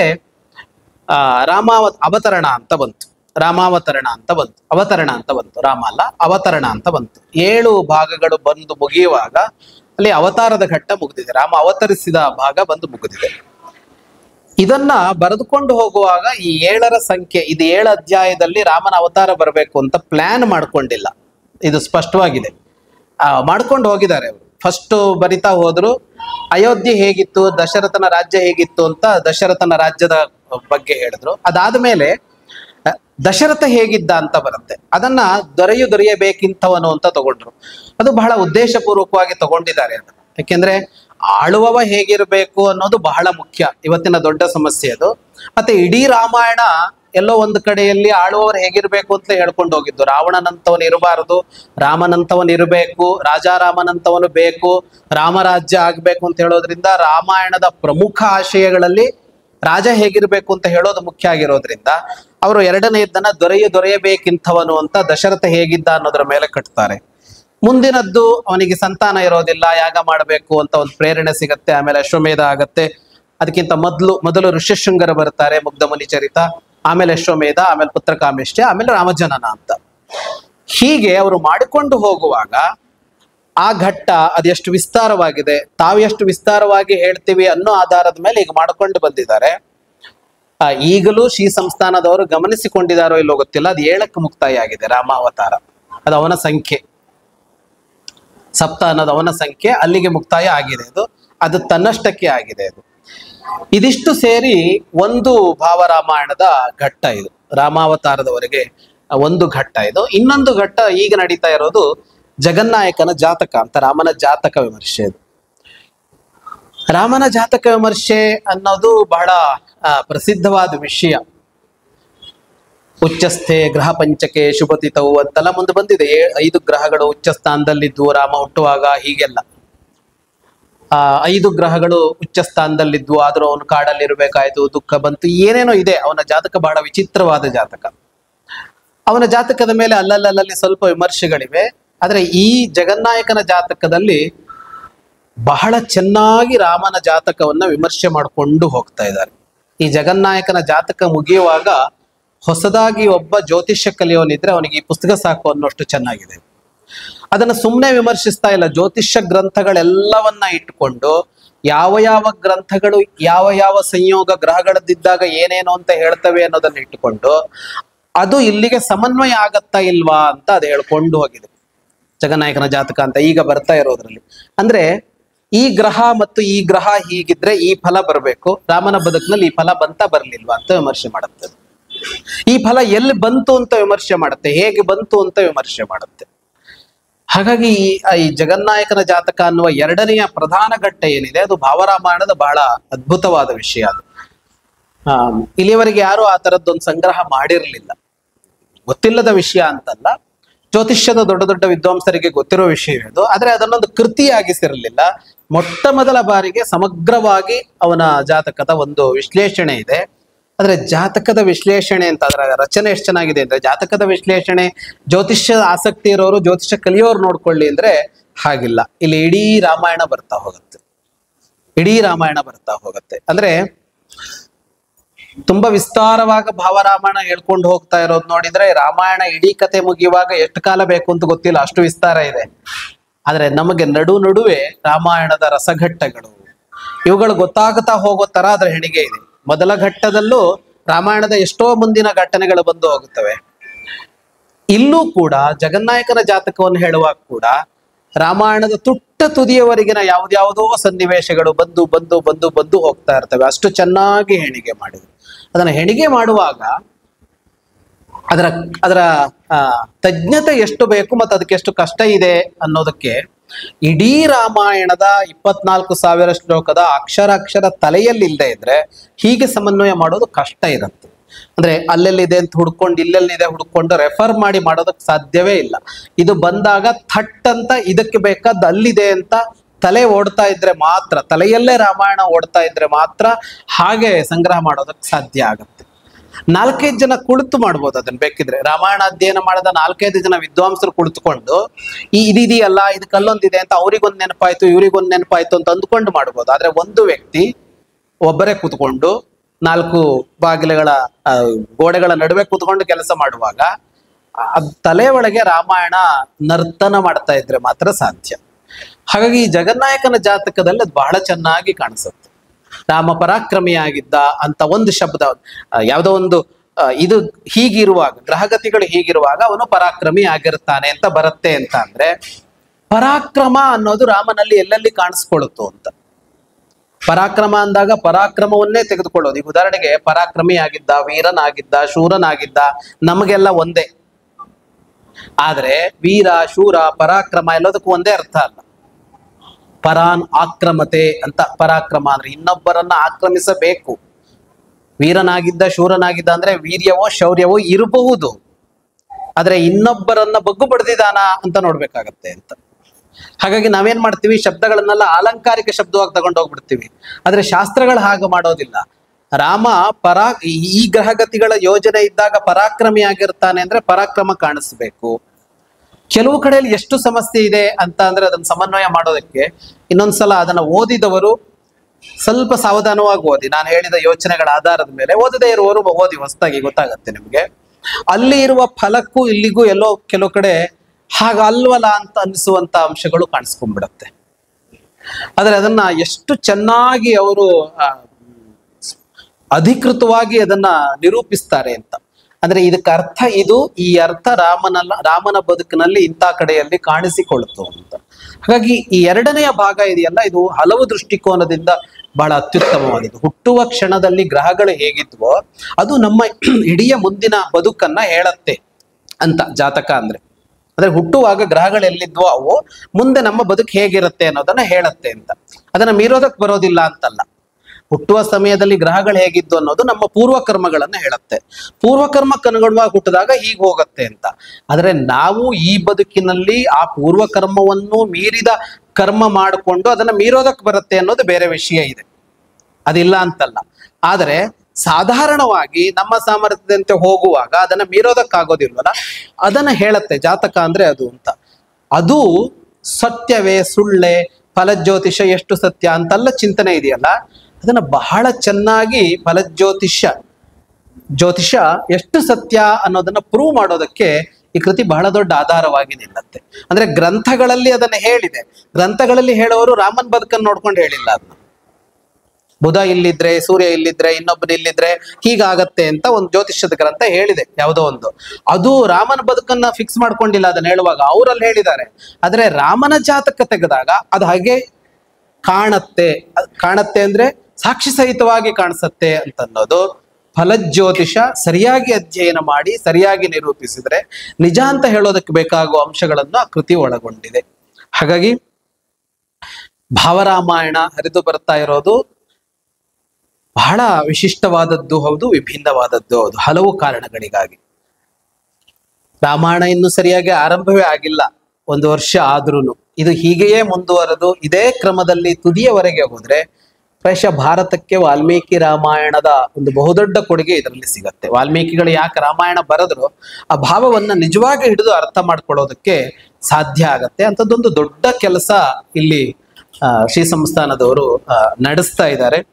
ಒಂದು ವಿದ್ವತ್ ಕಾರ್ಯವೂ ಹೌದು, ಮತ್ತೆ ಸಾಧ್ಯವಾದಷ್ಟು ಸರಳವಾಗಿ ಜನರಿಗೆ ತಲುಪಿಸುವ ಕಾರ್ಯ ಕೂಡ ಅಲ್ಲಿ ನಡೀತಾ ಇದೆ.